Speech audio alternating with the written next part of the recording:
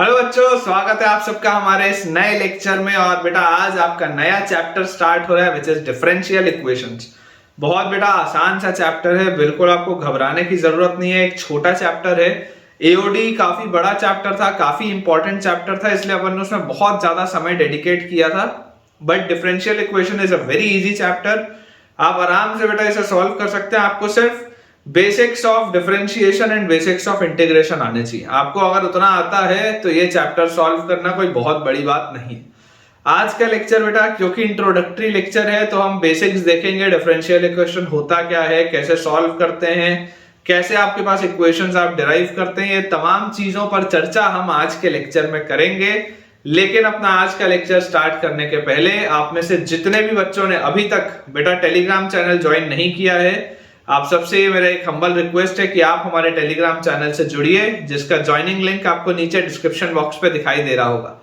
हमारे Telegram channel को join करने से बेटा आपको दो फायदे होंगे। पहला जो बेनिफिट आपके लिए है वो ये है कि बच्चों, क्योंकि मैं एक दिन में मल्टीपल लेक्चर्स पोस्ट करता हूं, मैं ये प्रयास करता हूं कि मैं एक यूट्यूब शॉर्ट, एक क्लास 11th के लिए वीडियो और एक क्लास 12th के लिए वीडियो आपके लिए शेयर करूं।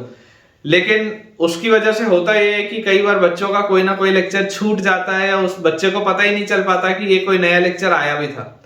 तो इस चीज से बचने के लिए बेटा मैंने एक हैबिट डेवलप की हुई है कि जब भी मैं यूट्यूब पे कोई भी कंटेंट पोस्ट करता हूं, उसका एक क्रिएटिव मैं आपके टेलीग्राम चैनल पर भी डालता हूं, ताकि आप सारे बच्चों को हमेशा इस बात की जानकारी रहे कि कौन से दिन, कितने बजे, किस टॉपिक पे कौन सा लेक्चर मैंने पोस्ट किया। सारा इंफॉर्मेशन आपको उस टेलीग्राम चैनल पे मिल जाएगा और उसके बाद आपका कभी भी कोई भी लेक्चर मिस नहीं होगा।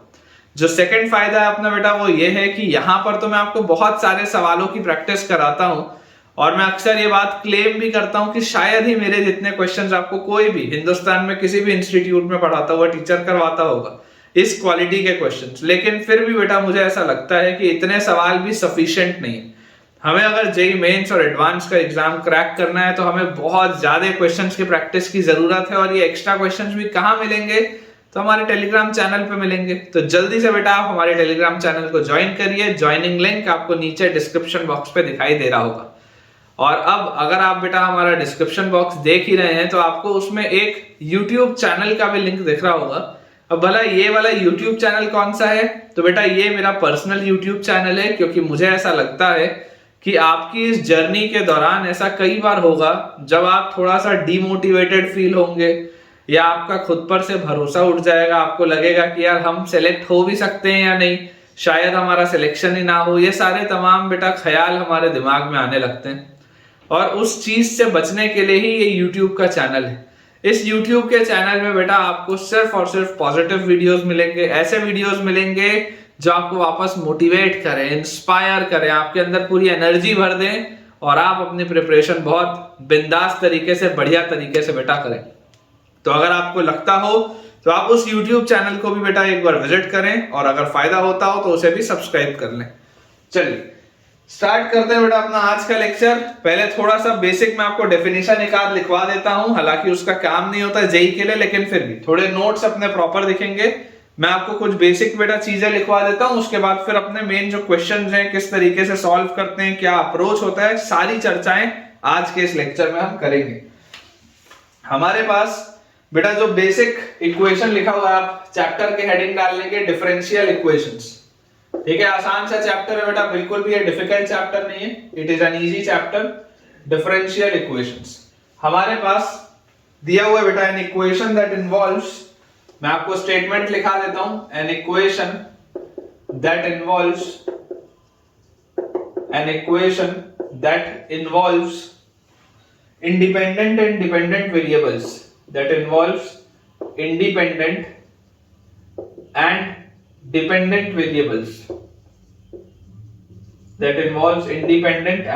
dependent variables, अलग अलग तरीके के बच्चों जिसमें वेरिएबल्स हो, कुछ वेरिएबल्स इंडिपेंडेंट हो, कुछ डिपेंडेंट वेरिएबल्स हो, and at least one derivative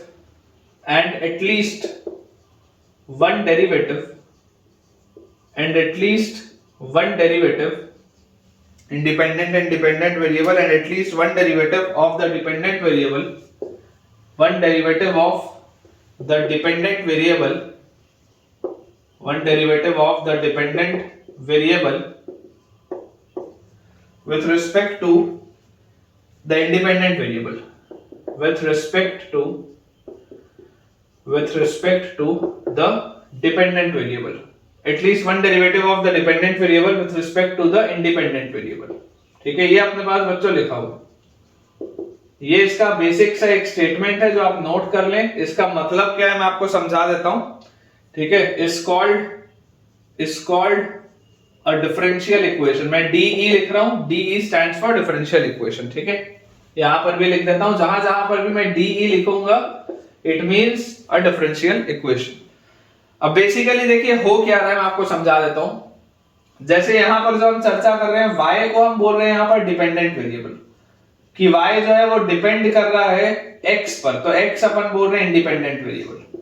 ठीक है, हम ये चीज बच्चों बोल के आगे बढ़ रहे हैं कि ये जो पूरा स्टेटमेंट है आप इसको इंटरप्रेट करने के लिए ऐसा सोचिए कि x को मैं एक इंडिपेंडेंट वेरिएबल बोल रहा हूं, y को मैं एक डिपेंडेंट वेरिएबल बोल रहा हूं। तो मुझे क्या बोला जा रहा है, an equation that involves independent and dependent variable and at least one derivative of the dependent variable, derivative of y with respect to the independent variable with respect to x, derivative of y with respect to x। जैसे example के बेटा अगर मैं रूप में मान लीजिए आपको दे दूं एग्जांपल में, कि मान लीजिए हमारे पास लिखा हुआ है थोड़ा सा कॉम्प्लिकेटेड सा, मैं आपके लिए इक्वेशन लिखता हूं, x dy by dx is equal to y ln x plus x into e raised to the power x और multiplied by x raise to the power half ln x। कुछ भी इस तरीके का बेटा ये जो मैंने रिलेशन आपके लिए लिखा है आप क्लियरली देख सकते हैं। यहां पर आप लिख लीजिए x is greater than 0, x आप पॉजिटिव बोल दीजिए क्योंकि डोमेन आपको डिफाइन करनी है। अब ये जो आपको बच्चों पूरा इक्वेशन दिख रहा है, this complete equation is a differential equation. ठीक है, ये डिफरेंशियल इक्वेशन कौन से टाइप का है, कौन से ऑर्डर का, उस पर मैं चर्चा नहीं कर रहा हूं। मैं आपको सिर्फ ये बोल रहा हूं कि एक इक्वेशन लिखा है, ये डिफरेंशियल इक्वेशन है। यहां पर आपके पास डिपेंडेंट वेरिएबल है, आपके पास इंडिपेंडेंट वेरिएबल है और एटलीस्ट एक डेरिवेटिव है डिपेंडेंट वेरिएबल का with respect to the independent variable. ठीक है, अगला एग्जांपल देने के लिए बेटा आप बोल सकते हैं जैसे d2y by dx square is equal to, मान लो मैं लिख लूं 1 plus dy by dx whole raise to the power 1/3। मान लो बच्चों मैं ये लिख दूं। ठीक है, तो अगर मान लीजिए आपके पास ये भी लिखा हुआ है तो ये भी बेटा आपके पास क्या है, इसको आप यहां पर चलो y लिख लो या x लिख लो, एक ही बात है।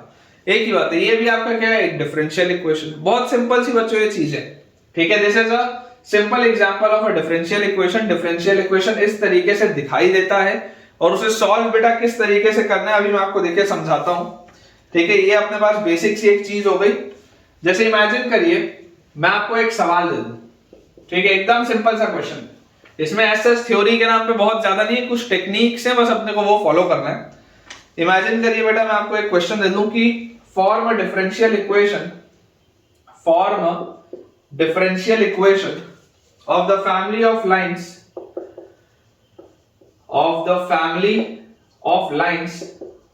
form a differential equation of the family of lines concurrent at the origin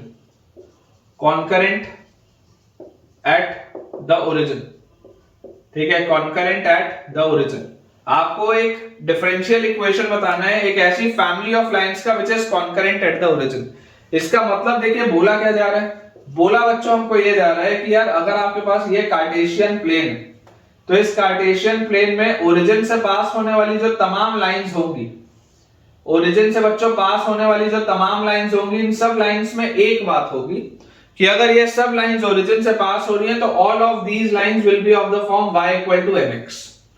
इन सब में से कांस्टेंट टर्म गायब हुआ, ये बात आपको पता है कि ये सारी ही lines y equal to mx के फॉर्म की होंगी, इनमें किसी में भी कांस्टेंट टर्म नहीं होगा, ये बात की तुमको जानकारी। अब बेटा मैं आपको बोलता हूं कि यार बेसिकली यहां पर देखो अगर आप इसको डिफरेंशिएट करोगे तो dy by dx है क्या, what is dy by dx? तो इसका स्लोप जो होता है dy by dx वो m होता है, स्लोप जो dy by dx होता है वो m होता है। तो यहां से अगर आप इसको इसमें पुट कर दो तो आप क्या बोल सकते हो, therefore y is equal to dy by dx times x, ऐसा आप इसको लिख सकते हैं। बन गया आपके पास differential equation. This is a simple सा डिफरेंशियल इक्वेशन। आप इसको ऐसा लिख सकते हैं कि dy by dx multiplied by x minus y is equal to 0। ये आपका आंसर है, खत्म। सिर्फ इतना सा बेटा करेंगे और अपने पास आंसर आ जाएगा। ठीक है, कुछ आसान आसान सी बेटा चीजें हैं जो आपको आज कराने वाला हूं ताकि आपको एक बेसिक आइडिया लग जाए डिफरेंशियल इक्वेशन होता क्या। मेरे लिए बहुत आसान है कि मैं आपको डे 1 में किसी भी लेक्चर के बहुत उटपटांग सी चीजें करवाऊं, लेकिन उससे कोई फायदा नहीं है, उससे आप डर जाओगे यार टॉपिक से। उससे फायदा क्या होगा? आपने अगर मेरा एओडी का वीडियो देखा होगा, मैं 24 लेक्चर उसमें अपलोड किया हूं। आप सोच के देखो, अगर मैं खत्म करना चाहता बेटा, मैं 10 लेक्चर में पूरा एओडी खत्म कर देता, लेकिन मैं 24 लेक्चर्स क्यों रखा हूं? क्योंकि मैंने आपको इतने सवाल बनवाए हैं, मैंने स्क्रैच से स्टार्ट करके ना जाने किस मुकाम तक आपको उसमें मैं लेके गया हूं। और ये गारंटी दे सकता हूं कि अगर आप बेटा वो सारे लेक्चर ईमानदारी से देखेंगे ना, तो आपका कॉन्फिडेंस लेवल हाई हो जाएगा। समझिए इस बात को। कैलकुलस में बेटा मैं आपको इतना समय क्यों लगा रहा हूं? क्योंकि कैलकुलस ऑलमोस्ट बेटा 10-12 चैप्टर का टॉपिक है। तो कैलकुलस आप बोल सकते हैं कि लगभग 40 से 50% जो आपका सिलेबस आता है, 40 से 50% आपके जो मैथ्स में पेपर में आता है वो कैलकुलस आता है, क्योंकि इतने सारे चैप्टर्स हैं, इतनी सारी चीजें हैं। इसलिए कैलकुलस का स्ट्रांग होना बहुत ज्यादा जरूरी है। जितने भी अभी तक हम चैप्टर पढ़ रहे हैं पूरे क्लास 12th में, अगर आप मेरी क्लास 12th की प्लेलिस्ट देखेंगे, मैं 100 से ज्यादा वीडियोस अपलोड कर चुका हूं क्लास 12th के लिए, उससे भी और ज्यादा ही होंगे, हो सकता है 125 से ज्यादा हो। ये सब कैलकुलस है, तो यार इंपॉर्टेंट है, इसीलिए बेटा अपन उसमें इतना समय दे रहे हैं। ये एक आसान सा सवाल था, थोड़ा इससे बेटा बेहतर सवाल मैं आपको करवाता हूं। अगला बच्चों अपने पास इसमें सवाल दिया हुआ है, form a differential equation of all the concentric circles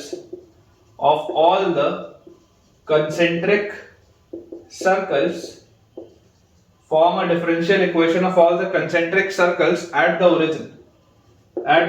एकदम आसान, एकदम बेटा सरल सा ये सवाल है। देखिए करना हमको क्या है, करना इसमें कुछ नहीं है, बहुत आसान सी बात है कि यार आपको डिफरेंशियल इक्वेशन बताना है of all the concentric circles at the origin. अब अगर आपके पास बेटा इस तरीके का देखिए बोला जा रहा है कि एक सर्कल है, ये दूसरा सर्कल है, ये तीसरा सर्कल है, ये सब कंसेंट्रिक सर्कल्स है, तो कंसेंट्रिक सर्कल बोलने का मतलब क्या होता है? कंसेंट्रिक सर्कल बोलने का मतलब होता है कि यार ये सब के सब का जो सेंटर है वो ओरिजिन। तो ऐसे सर्कल्स को आप जनरली किस फॉर्मेट में लिख सकते हो? x square plus Y square equal to R square, जहां पर रेडियस जैसे जैसे बदलता जाएगा सर्कल का इक्वेशन आपके पास चेंज होता जाएगा। बहुत सिंपल सी बात, ऐसे आप लिख सकते हैं। अगर बेटा मैंने ये लिख दिया तो अब देखिए मुझे इसमें क्या बोला जा रहा है, मुझे एक डिफरेंशियल इक्वेशन बताना है ना, एट द ओरिजिन। आपको बेटा इसमें डिफरेंशियल अगर इक्वेशन बताना है तो डिफरेंशियल इक्वेशन कैसे बताते हैं? डिफरेंशियल इक्वेशन होता क्या है, जिसमें x और y वाले टर्म्स हो और उसके साथ साथ dy by dx या d2y by dx स्क्वायर, इस तरीके की चीजें। तो यहां से अगर बेटा आप इसको डिफरेंशिएट करेंगे तो डिफरेंशिएट करते ही आपको क्या मिल जाएगा? 2x plus 2y into dy by dx is equal to radius constant है, उसका डिफरेंशिएशन आपके पास आ जाएगा 0। तो यहां से आपके पास देखिए ये 2 से ये 2 भी कट गया, तो आपके पास आ गया x plus y dy by dx is equal to 0। एकदम simple, x plus y dy by dx is equal to 0। बिल्कुल सही है बेटा, बिल्कुल सही आंसर है, x plus y dy by dx। Similarly मान लीजिए मैं आपको एक क्वेश्चन इसमें और करा दूं। अभी ये सब से आपको सिर्फ आइडिया लग रहा है कि हो क्या रहा है, एक इक्वेशन बन गया, आपको दिखाई दे रहा है डिफरेंशियल इक्वेशन है। सिर्फ अभी मैं आपको फील दे रहा हूं इस चैप्टर की कि इस चैप्टर में चल क्या रहा है। ठीक है, देखिए अगला अपने पास लिखा हुआ है, form a differential equation of all the circles form a differential equation of all the circles touching the x-axis form a differential equation of all the circles touching the x-axis at the origin touching the x-axis at the origin and the center is on y-axis and the center lies on y-axis and the center lies on y-axis। ये अपने पास बेटा देखो चीज बोली जा रही है कि form a differential equation of all the circles touching the x-axis। इसको यहां से ऐसे कर लेते हैं, यहां पर मैं आपके लिए फिगर बनाता हूं। बेसिकली मुझे बोला जा रहा है कि एक सर्कल है, ठीक है, और इस तरीके के जितने भी सर्कल्स हो जिसमें कि हमें क्या बोल दिया जाता है, हमें बोल दिया जाता है it touches form a differential equation of the circles touching the x-axis। ये x-axis को टच करता है एट ओरिजिन, मतलब ये 0,0 है, x-axis को टच कर रहा है ओरिजिन पे, and the centre lies on y-axis। इसका जो सेंटर है वो y-axis पे लाई कर रहा है। अब अगर बेटा सेंटर आपके पास y-axis पे लाई कर रहा है, आप मान लीजिए इसका कोऑर्डिनेट क्या होगा, 0, a के फॉर्म का होगा। तो अगर इसका कोऑर्डिनेट 0, a के फॉर्म का होगा, क्योंकि y एक्सिस में लाई करने वाले कोई भी पॉइंट का x कोऑर्डिनेट हमेशा क्या होता है, x कोऑर्डिनेट हमेशा आपके पास 0 होता है, या आप इसको 0, r भी बोल सकते हैं, एक ही बात है। तो इसका रेडियस अपने पास r आ जाएगा। अगर आप इसको 0, r बोलते हैं तो इसका रेडियस अपने पास क्या आ जाएगा, r आ जाएगा।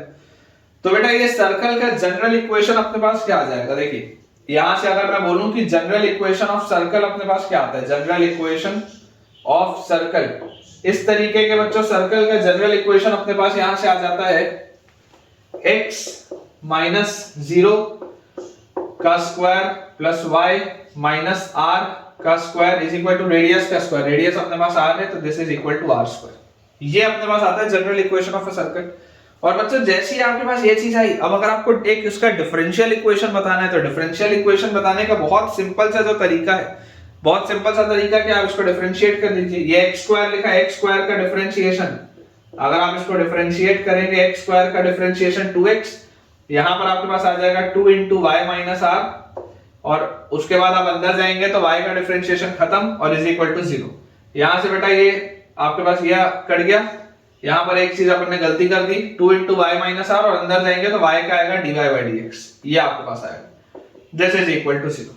ठीक है, 2 से बेटा 2 आपके पास कैंसिल आउट हो जाएगा, और फाइनली बेटा आपके पास देखो अभी आपके पास रिलेशन क्या आ रहा है, अभी आपके पास यहां से रिलेशन आ जा रहा है x और प्लस या dy by dx की हम वैल्यू बोले, या ऐसा करते हैं, ऐसा बेटा अपन करते हैं, देखो अपने को बेसिकली इस r को भी तो एलिमिनेट करना है ना, क्योंकि r एक ऐसी चीज है जो हमने अज्यूम की है, सवाल में दिया नहीं। फाइनल आंसर में हमेशा वो चीजें लिखे जो सवाल में आपको दी हुई है, यहाँ पर रेडियस r को हमने माना है, दिया नहीं है सवाल में। तो आप बच्चों इसको ऐसा कर लें, आप इसको लिख लें माइनस एक्स और into 1 by dy by dx। देखिए minus x into 1 by dy by dx, ये x उधर जाएगा तो minus x into 1 by dy by dx is equal to y minus r होगा। तो r की वैल्यू आपके पास क्या आ जाएगी, y माइनस दिस पूरी थिंग। ठीक है, तो this will be equal to y minus r, तो r की वैल्यू अपने पास आ जाएगी, r will be equal to y plus e। तो आप बोल सकते हैं दिस, इसको ऐसा बोल सकते हैं y प्लस एक्स इंटू ये इज इक्वल टू r, आप इसको ऐसा भी बोल सकते हैं। ठीक है, ये आपके पास देखो रेडियस की वैल्यू आ जाती है। अब जैसे ही आपके पास बच्चों ये रेडियस की वैल्यू आ जाती है तो ये इक्वेशन आपके पास बेसिकली लिखा क्या, इक्वेशन आपके पास यहाँ पर बच्चों दिया हुआ है x square plus Y square, उसके बाद माइनस 2ry और plus r square is equal to r square, ये दिया हुआ है, ये r स्क्वायर से r स्क्वायर भी कैंसिल आउट होगा। तो फाइनली अपने पास देखो ये आंसर आ रहा है x square plus Y square minus 2ry is equal to 0। तो इसको बेटा जैसे ही आप सिंप्लीफाई करेंगे, सिंप्लीफाई करते देखिए आपके पास क्या आ जाएगा। मैं अगर फिगर को मिटा दूं और फिगर को मिटाने के बाद मैं यहां पर इसको सॉल्व करूं तो यहां से बच्चों अपने पास एक बार यहां पर देख लेते हैं। बेसिकली ये माइनस एक्स इधर हुआ और उसके बाद ये dy बाई dx से डिवाइड अपन ने किया और उसके बाद अपने पास ये लिखा हुआ है y माइनस r, इसकी वैल्यू थी, तो अपने पास r की वैल्यू आ जाएगी y और प्लस ये पूरी चीज, बिल्कुल ठीक है। तो जैसे यहाँ पर आप बेटा इसको पुट करेंगे तो हमारे पास आ जाता है x square plus Y square और माइनस 2 इंटू r की जगह ये पूरी चीज, और ये अपने पास आ गया, देखिए क्या आ जाएगा यहाँ से, this will be y plus x divided by dy by dx। ठीक है, ये अपने पास पूरी चीज आ गई r into y, this is equal to 0। तो यार यहां से मेरे पास आ जाता है x square plus Y square और ये माइनस 2 इंटू वाई तो माइनस 2y स्क्वायर और माइनस 2 इंटू एक्स इंटू ये तो माइनस 2xy और divided by dy by dx is equal to 0, ये अपने पास आ जाता है। तो बच्चों यहां से आपके पास आ जाएगा x square minus y square is equal to 2xy divided by dy by dx।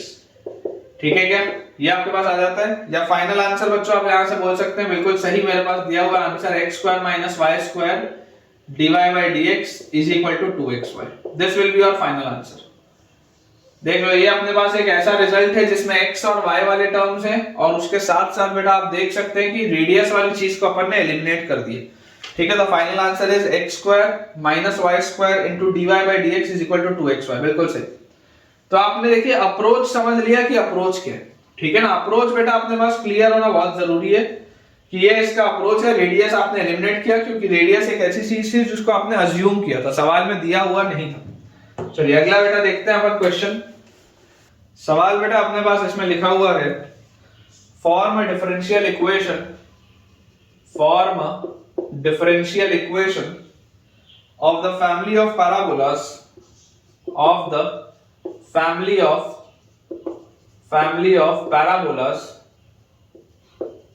form a differential equation of the family of parabolas with focus at the origin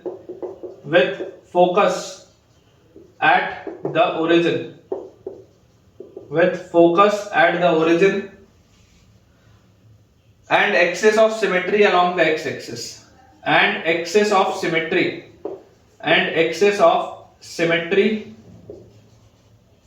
along the x-axis, ठीक है ना, axis of symmetry along the x-axis।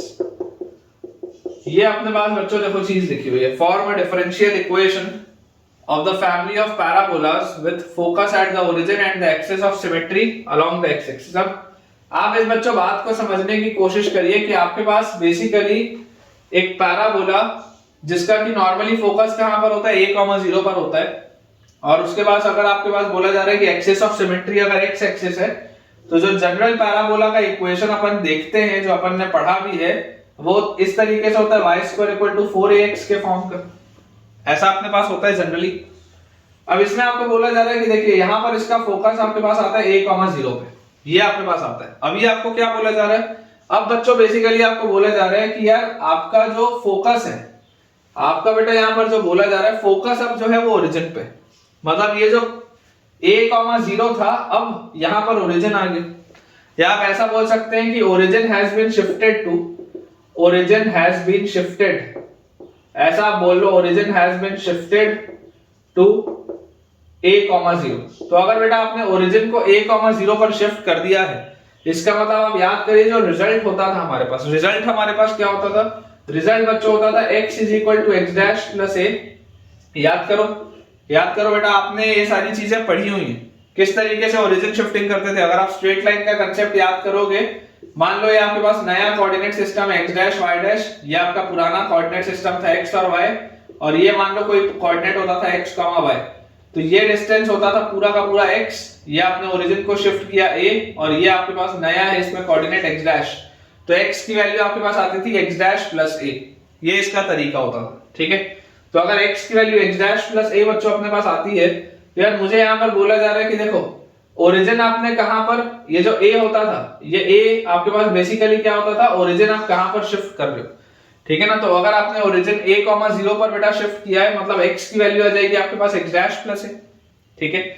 और अगर x की value x' + a आ जाएगी, तो अब आपके पास न्यू कोऑर्डिनेट क्या हो गया, न्यू पैराबोला आपके पास जो बनेगा, ठीक है, न्यू पैराबोला जो आपके पास बनेगा, ये आपके पास ओरिजिन शिफ्ट होने के बाद आया, कि अगर आप किसी a पर इसको शिफ्ट करते हैं, तो आपके पास अब जो आएगा x', उसकी वैल्यू आ जाएगी x - a, ठीक है। या अगर आपके पास यहां पर x था, तो ये जो इक्वेशन है, ये इक्वेशन किसमें बदल जाएगा, this equation will be transformed into y² = 4a, और x की जगह x' + a, ये आपका नया इक्वेशन बन गया। या आप ऐसा ही बोल सकते हो कि देखो a, 0 पर अगर आपने शिफ्ट किया है, तो आप y तो y' ही रहेगा, क्योंकि आप y को लिखोगे y' + 0।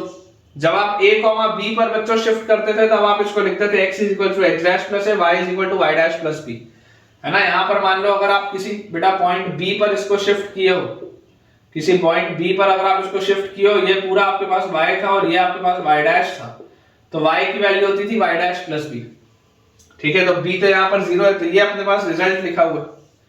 तो बेसिकली आप इसको क्या बोल सकते हैं, this can be written as y' = 4 * a * x' + a, ये आपके न्यू कोऑर्डिनेट्स हो गए।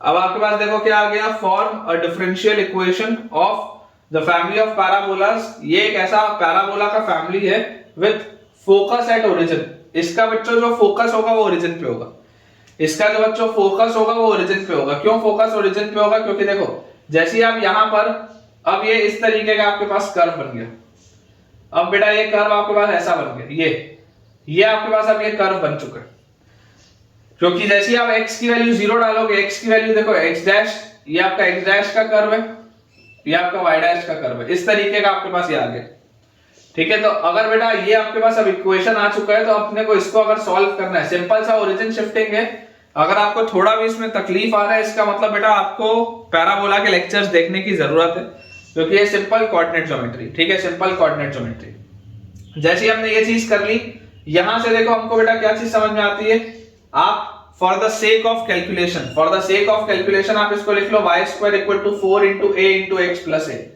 क्योंकि जब आप इसको dy बाई dx और वो सब करोगे ना तो प्रॉब्लम आएगी, बार बार ये डैश लगाने में प्रॉब्लम आएगी, इसलिए for the sake of calculation मैं बोल रहा हूं इसको लिख लो y square equal to 4 into a into x plus a, ठीक है। अब जैसे ही आपने बेटा ये चीज यहां पर लिख ली, बोला जा रहा है मुझे कि फैमिली ऑफ पैराबोलास का फोकस है ओरिजिन पे और सिमेट्रिक है एक्स एक्सिस के अबाउट, तो इसका आपको डिफरेंशियल इक्वेशन बताना है। ये आपने कर्व निकाल लिया, कर्व निकालने का ही तो होता है पूरा खेल। पहले सवाल में y इक्वल टू mx निकालना था, दूसरे सवाल में x square plus y square equal to r square करना था, तीसरे वाले सवाल में x माइनस 0 का स्क्वायर प्लस मेरे ख्याल से y माइनस r का square is equal to r square था। वैसे यहाँ वाले पर अगर आप देखोगे तो अपने पास बच्चों ये चीज लिखा गई है। अब जैसे ये चीज आ गई तो इसको डिफरेंशिएट करो, डिफरेंशिएट अगर आप करोगे तो 2y into dy by dx is equal to 4 into a, और x का बेटा यहाँ पे डिफरेंशिएशन हो जाएगा 1, तो ये 4 और ये 2 कटा, यहाँ पे आ गया 2, तो आपके पास यहाँ से dy बाई dx की वैल्यू क्या आ गई, dy बाई dx, या आप ऐसा बोल सकते हैं यहाँ से बेटा आपके पास y को अगर आप बोलोगे, या अपने को फाइनली देखो a हटाना पड़ेगा ना, तो आप इसका ऐसा लिखो y dy by dx into 1/2 this is equal to a, इसको आप ऐसा लिखो, क्योंकि a एक ऐसी चीज है जो आपने अज्यूम की है, सवाल में कहीं पर भी दिया नहीं है, a को आपने माना है, तो a की वैल्यू आप लिख लो 1/2 into y dy by dx, इसको उठा के इसमें डाल दो, तो यहां से आपके पास आ गया y square is equal to 4 into a, तो a की जगह हमारे पास आ जाएगा half into y dy by dx, ठीक है, और मल्टीप्लाइड में अपने पास आ जाएगा x प्लस a, तो x प्लस a की जगह half into y into dy by dx, ये अपने पास बच्चों पूरी चीज आती है। तो जैसे ही हमारे पास ये वाली चीज आ गई, यहां से आप देख सकते हैं ये 4 और 2 कटेगा, और यहां से आपके पास आ जाएगा ये y dy बाई dx है, तो एक y से एक y भी कटेगा, तो y is equal to 2 into dy by dx, y is equal to 2 into dy by dx, और उसके बाद बेटा आगे देखो क्या लिखा हुआ है, आगे अपने पास लिखा हुआ है x plus 1/2 into y dy by dx, ये अपने पास देखो आंसर आता है फाइनल, ठीक है। इसको देख लेता हूं, सिंप्लीफाइड वर्जन में हो सकता है मेरे पास इसका आंसर दिया हो, अगर अपन इसको सॉल्व और करें, या इतने में भी देखो छोड़ सकते हैं, ऐसा कोई प्रॉब्लम नहीं है, चाहे तो आप इसको और भी सॉल्व कर सकते हैं, क्योंकि इक्वेशन तो अपने पास निकल आया है। चलो एक बार और इसको देख लेते हैं, इसको एक बार और अपन अच्छे से और थोड़ा सिंप्लीफाई कर लेते हैं, हालांकि इतना अगर आप छोड़ दोगे तो इतने में भी कोई प्रॉब्लम नहीं, सही है ये। तो यहां से आ जाएगा y is equal to 2 into dy by dx, जब x से मल्टीप्लाई होगा तो 2x dy बाई dx, ये आ गया, और उसके बाद बेटा 2 जब इससे मल्टीप्लाई होगा तो 2 और हाफ खत्म होगा, तो y dy बाई dx का स्क्वायर, तो plus y dy by dx का स्क्वायर, ये अपने पास बच्चों पूरी की पूरी चीज आ जाएगी, ठीक है।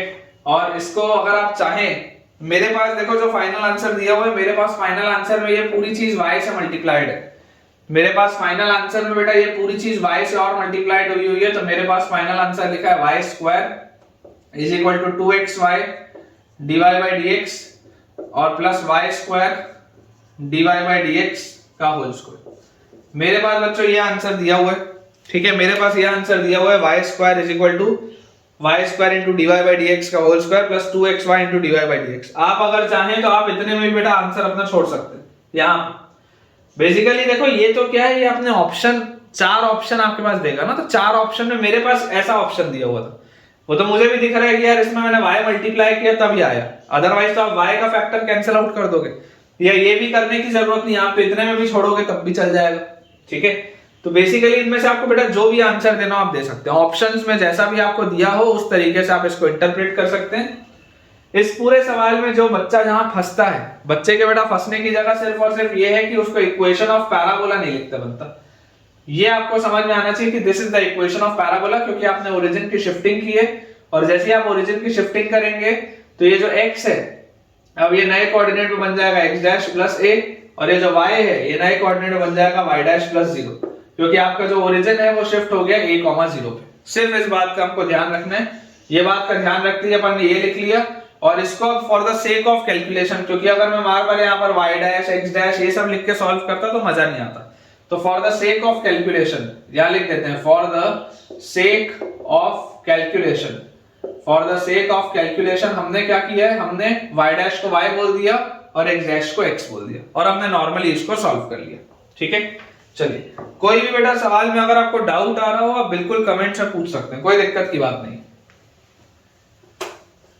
अगला बेटा अपने पास सवाल दिया हुआ है, find the differential equation, find the differential equation of the family of lines, of the family of lines, find the differential equation of the family of lines situated at a constant distance p, situated at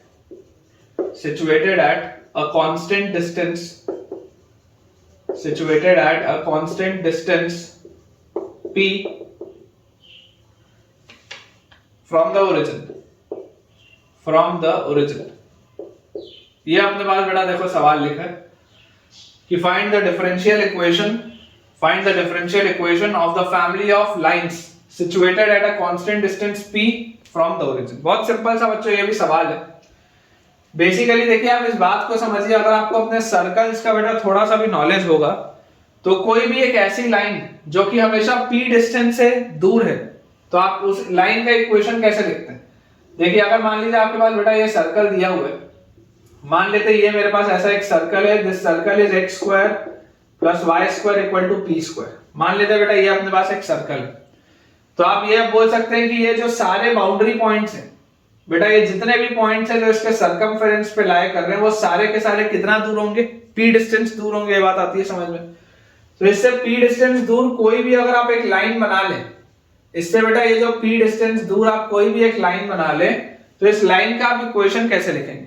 इससे p distance दूर आप अगर कोई भी एक line बनाए तो उसका इक्वेशन आपके पास आ जाएगा x स्क्वायर, सॉरी लाइन का इक्वेशन आपके पास बेटा आ जाएगा y is equal to mx। और जनरली हम टेंजेंट का इक्वेशन कैसे लिखते हैं, तो हम बेटा जनरली टेंजेंट का इक्वेशन लिखते थे y equal to mx plus minus p into under root of 1 plus m square. यही होता था जनरल इक्वेशन।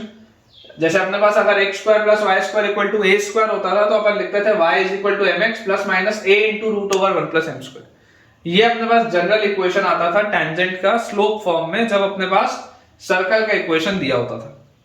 तो मैं आपको ये बोल रहा हूं कि बेसिकली देखो ये जो हमने लिखा है दिस रिप्रेजेंट्स ऐसी वाली दो टेंजेंट्स, क्योंकि ये दोनों का ही स्लोप m है, तो ऐसी वाली जो दो टेंजेंट्स है ये उसको रिप्रेजेंट कर रहा है। मैं तो आपको बोलता हूं कि अगर मान लो मुझे आगे बढ़ने के लिए, हालांकि आप अगर इन दोनों के साथ भी आगे बढ़ोगे तो कोई दिक्कत नहीं है, पर मैं आपको ये बोलता हूं कि अगर मुझे इसको सॉल्व करने के लिए मैं कोई भी एक टेंजेंट भी ले लूं, choose any one tangent, choose any one tangent. आपको नॉर्मली अगर बेटा सिंपल तरीके से सवाल को सॉल्व करना है, आप तो सिंपल लिख लो y equal to mx plus p into under root of 1 plus m square. आप प्लस माइनस लिख के भी करोगे कोई फर्क नहीं पड़ेगा, कोई दिक्कत नहीं आएगी, फाइनली सब बैलेंस हो जाएगा। तो आप बेटा अगर कोई भी एक जनरल मान लीजिए इक्वेशन है लाइन का, ये बेटा जनरल एक इक्वेशन है लाइन का जिसमें कि p और m की अलग अलग वैल्यूज के लिए है ना, change the values of p and m। मतलब p तो देखो यहां पर कांस्टेंट है, मतलब p का वैल्यू मतलब ऐसा लिख लो, change the values of m बस लिख लो, ठीक है, p मत लिखो कंफ्यूज हो जाओगे। Change the values of m to obtain different lines, basically जो p है p की दो वैल्यूज आएगी, एक पॉजिटिव में एक नेगेटिव में।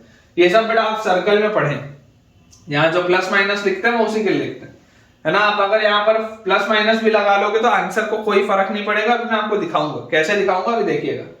मान लीजिए आपके पास इसको अगर आप सॉल्व करते हैं तो सॉल्व करने के लिए आपको इसको क्या करना पड़ेगा, डिफरेंशिएट करना पड़ेगा।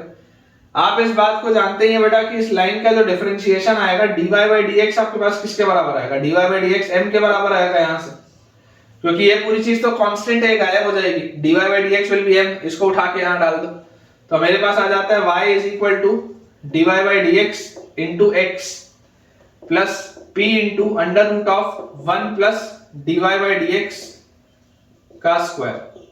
ये आता है यार अपने पास। और जैसे ये चीज आती है तो यहां से आप लिख सकते हो y minus x into dy by dx, y minus x into d y by d x is equal to p into under root of 1 plus d y by d x का होल स्क्वायर। तो यार यहां से आप square कर दो, जैसे आप स्क्वायर करोगे दोनों साइड तो स्क्वायर करते ही अपने पास आ जाएगा y minus x into d y by d x का whole square is equal to p square into 1 plus d y by d x का होल स्क्वायर। ये अपने पास रिजल्ट आ जाएगा, ये आपका फाइनल आंसर, ये बेटा आपका फाइनल आंसर आ जाएगा यहां से। ठीक है, अब देखो जो मैं आपको बोल रहा हूं कि प्लस माइनस से फर्क नहीं पड़ेगा। इमेजिन करो आप यहां पर माइनस भी लगा दिए होते तो यहां माइनस आ जाता, यहां पे आपके पास क्या आ जाता, प्लस माइनस आ जाता। तो यार जब आप स्क्वायर करते तो स्क्वायर करने में तो सारी चीजें सेट हो जाती ना, फर्क क्या पड़ता, ये तो अभी भी वही रहता। इसलिए मैं आपको बोल रहा था कि आप अगर कोई भी एक इक्वेशन के साथ आगे बढ़ जाएंगे ना तब भी दिक्कत नहीं आएगी। तो देखिए फाइनल आंसर बच्चों अपने पास इसमें आ जाएगा y minus x into d y by d x का whole square is equal to p square into 1 plus d y by d x का स्क्वायर। ठीक है, बहुत सिंपल सा बेटा ये सवाल था। तो अभी हमने जितने भी बच्चों क्वेश्चंस किए इससे आपको एक बेसिक आइडिया लग गया। ऐसे सवाल आते नहीं है पेपर में, फॉर योर इन्फॉर्मेशन मैं आपको बता दूं ऐसे सवाल पेपर में नहीं आते। इन सबको करने के पीछे की वजह बस ये थी कि आप थोड़ा सा कंफर्टेबल हो जाएं कि डिफरेंशियल इक्वेशन होता क्या। एक इक्वेशन होता है, अगर आप उसको डिफरेंशिएट करें d y by d x वाले टर्म्स आए एक्स और वाई के साथ, that is called a differential equation. बहुत सिंपल सी बात है।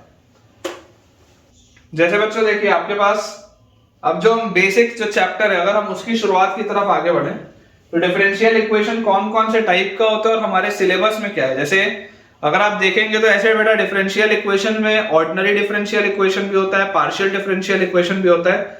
हमारे सिलेबस में सिर्फ ऑर्डिनरी वाला पार्ट है तो हम पार्शियल वाले की बेटा बात अलग से नहीं करेंगे। ऑर्डिनरी डिफरेंशियल इक्वेशन को भी आप फर्दर किस तरीके से कैटेगराइज कर सकते हैं मैं आपको वो चीजें बता देता हूं। और फिर आज के लेक्चर में हम जो वेरिएबल सेपरेबल वाला डिफरेंशियल इक्वेशन होता है जो टाइप 1 में आता है वो हम आज अभी पढ़ेंगे। तो देखिए बेटा आप नोट करिएगा सबसे पहले कि elementary type of first order, elementary type of first order and first degree एकदम सिंपल सी बेटा मैं आपको चीज से चालू कर रहा हूं। Elementary type of first order and first degree. First order मतलब सिर्फ dy by dx, second order मतलब d2y by dx square, third order मतलब d3y by dx क्यूब। तो अभी हम सिर्फ फर्स्ट ऑर्डर की बात कर रहे हैं, मतलब इसमें सिर्फ dy by dx दिखेगा, d2y by dx स्क्वायर नहीं दिखेगा, d3y by dx क्यूब नहीं दिखेगा। और उसकी डिग्री भी 1 है, डिग्री भी 1 है मतलब कहीं पर भी dy by dx ही दिखेगा, dy by dx का स्क्वायर भी कहीं नहीं दिखेगा, dy by dx का क्यूब भी कहीं नहीं दिखेगा। एकदम सिंपल एलिमेंट्री टाइप है, फर्स्ट ऑर्डर है, फर्स्ट डिग्री। इसको बेटा अगर आप फर्दर कैटेगराइज करें तो आपके पास सबसे पहले आ जाता है वेरिएबल सेपरेबल, जो हमको आज के लेक्चर में पढ़ना है। वेरिएबल सेपरेबल का मतलब होता है कि आप इसमें वेरिएबल्स को सेपरेट कर सकते हैं। अगर x और y आपके पास वेरिएबल है तो आप उनको अलग अलग आराम से कर सकते हैं, वो फंसे हुए नहीं है एक साथ। कई सारे ऐसे इक्वेशंस होते हैं जिसमें x और y को बेटा आप बांट नहीं सकते, ठीक है, लेकिन वेरिएबल सेपरेबल ऐसे इक्वेशंस होंगे जिसमें x और y को आप अलग अलग आराम से कर सकते हैं। सेकंड आपके पास यहां पर आ जाता है होमोजेनस। वेरिएबल सेपरेबल के बाद बच्चों सेकंड आपके पास आ जाता है होमोजेनस एंड थर्ड आपके पास आ जाता है लीनियर। ठीक है, इन पर चर्चा अगले लेक्चर में होगी। वेरिएबल सेपरेबल के भी अंदर बेटा अलग अलग टाइप्स होते हैं। जैसे अगर आप देखेंगे टाइप 1, तो टाइप 1 होता बेटा नॉर्मल से जो इक्वेशन होते हैं सिंपल इक्वेशंस होते हैं। फिर टाइप 2 अगर हम देखें तो टाइप 2 में आपके पास इस फॉर्मेट के इक्वेशन आ जाएंगे कि dy by dx will be a function of ax plus by plus z, इस तरीके के आपके पास कुछ चीज आ जाएगी।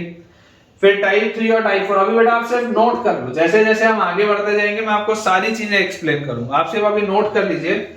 टाइप 3 और टाइप 4 बेटा अगर आप देखेंगे तो टाइप 3 और टाइप 4 में आपके पास आ जाता है polar coordinates, concept of polar coordinates वाली यहाँ पर चीजें आ जाती है। और उसके बाद कुछ जनरल इसमें बेटा चीजें और होती हैं वेरिएबल सेपरेबल में। तो ये वेरिएबल सेपरेबल है, ये पूरे चैप्टर का मैं कैटेगराइजेशन कर रहा हूं आपके लिए। हमें आज जो चर्चा करनी है वो सिर्फ इस पे करनी है, और पे बेटा मैं आज चर्चा नहीं करूंगा। फिर होमोजेनस वाले में अपन देखें तो एक तो डायरेक्टली होमोजेनस इक्वेशंस होती हैं और रिड्यूसिबल टू होमोजेनस भी हो सकती है, ठीक है भाई, बस इसको आप नोट करते चलिए जैसे जैसे हम आगे बढ़ेंगे आपको सारी चीजें बढ़िया से क्लियर हो जाएंगी। और थर्ड वाले में हमारे पास आ जाता है लीनियर इक्वेशन, या आप इसमें ऐसा ही बोल सकते हैं कि ऐसी कुछ equation which are reducible to linear, reducible to linear, ठीक है, रिड्यूसेबल टू लीनियर। इसी के अंदर बेटा आपको बर्नौलीज डिफरेंशियल इक्वेशन भी पढ़ना है, बर्नौलीज डिफरेंशियल इक्वेशन भी आपको पढ़ना है। ये सारी चीजें आएंगी, ठीक है, ये सारी चीजें आएंगी। अभी हमारा जो मेन ध्यान है वो इस चीज पर है। अभी हमको बेटा जो मेन ध्यान से चीजें पढ़नी है वो ये है। मैं आपको वेरिएबल सेपरेबल बेटा बता देता हूं कि इसमें आपको करना क्या है, फिर मैं आपको डायरेक्टली सवाल कराऊंगा। ये जो बेटा मैं आपको ये अभी थ्योरी लिखा रहा हूं, इस थ्योरी का एज सच आपके पास कोई काम नहीं, कोई भी इसका आपको काम नहीं आएगा, सिर्फ मैं आपको समझा देता हूं कि होता क्या है। बाकी जब अपन सवाल करेंगे आप खुद ब खुद ये सब सीख जाएंगे। वेरिएबल सेपरेबल बेटा बोलता है कि if the differential equation can be expressed as, if the differential equation can be expressed, if the differential equation can be expressed as fx dx plus fy dy is equal to 0, if the differential, या fy मत लिखो gy लिख लो, different function भी होगा तो कोई दिक्कत नहीं। if the differential equation can be expressed as fx dx plus gy dy equal to 0, then this is said to be, then this is said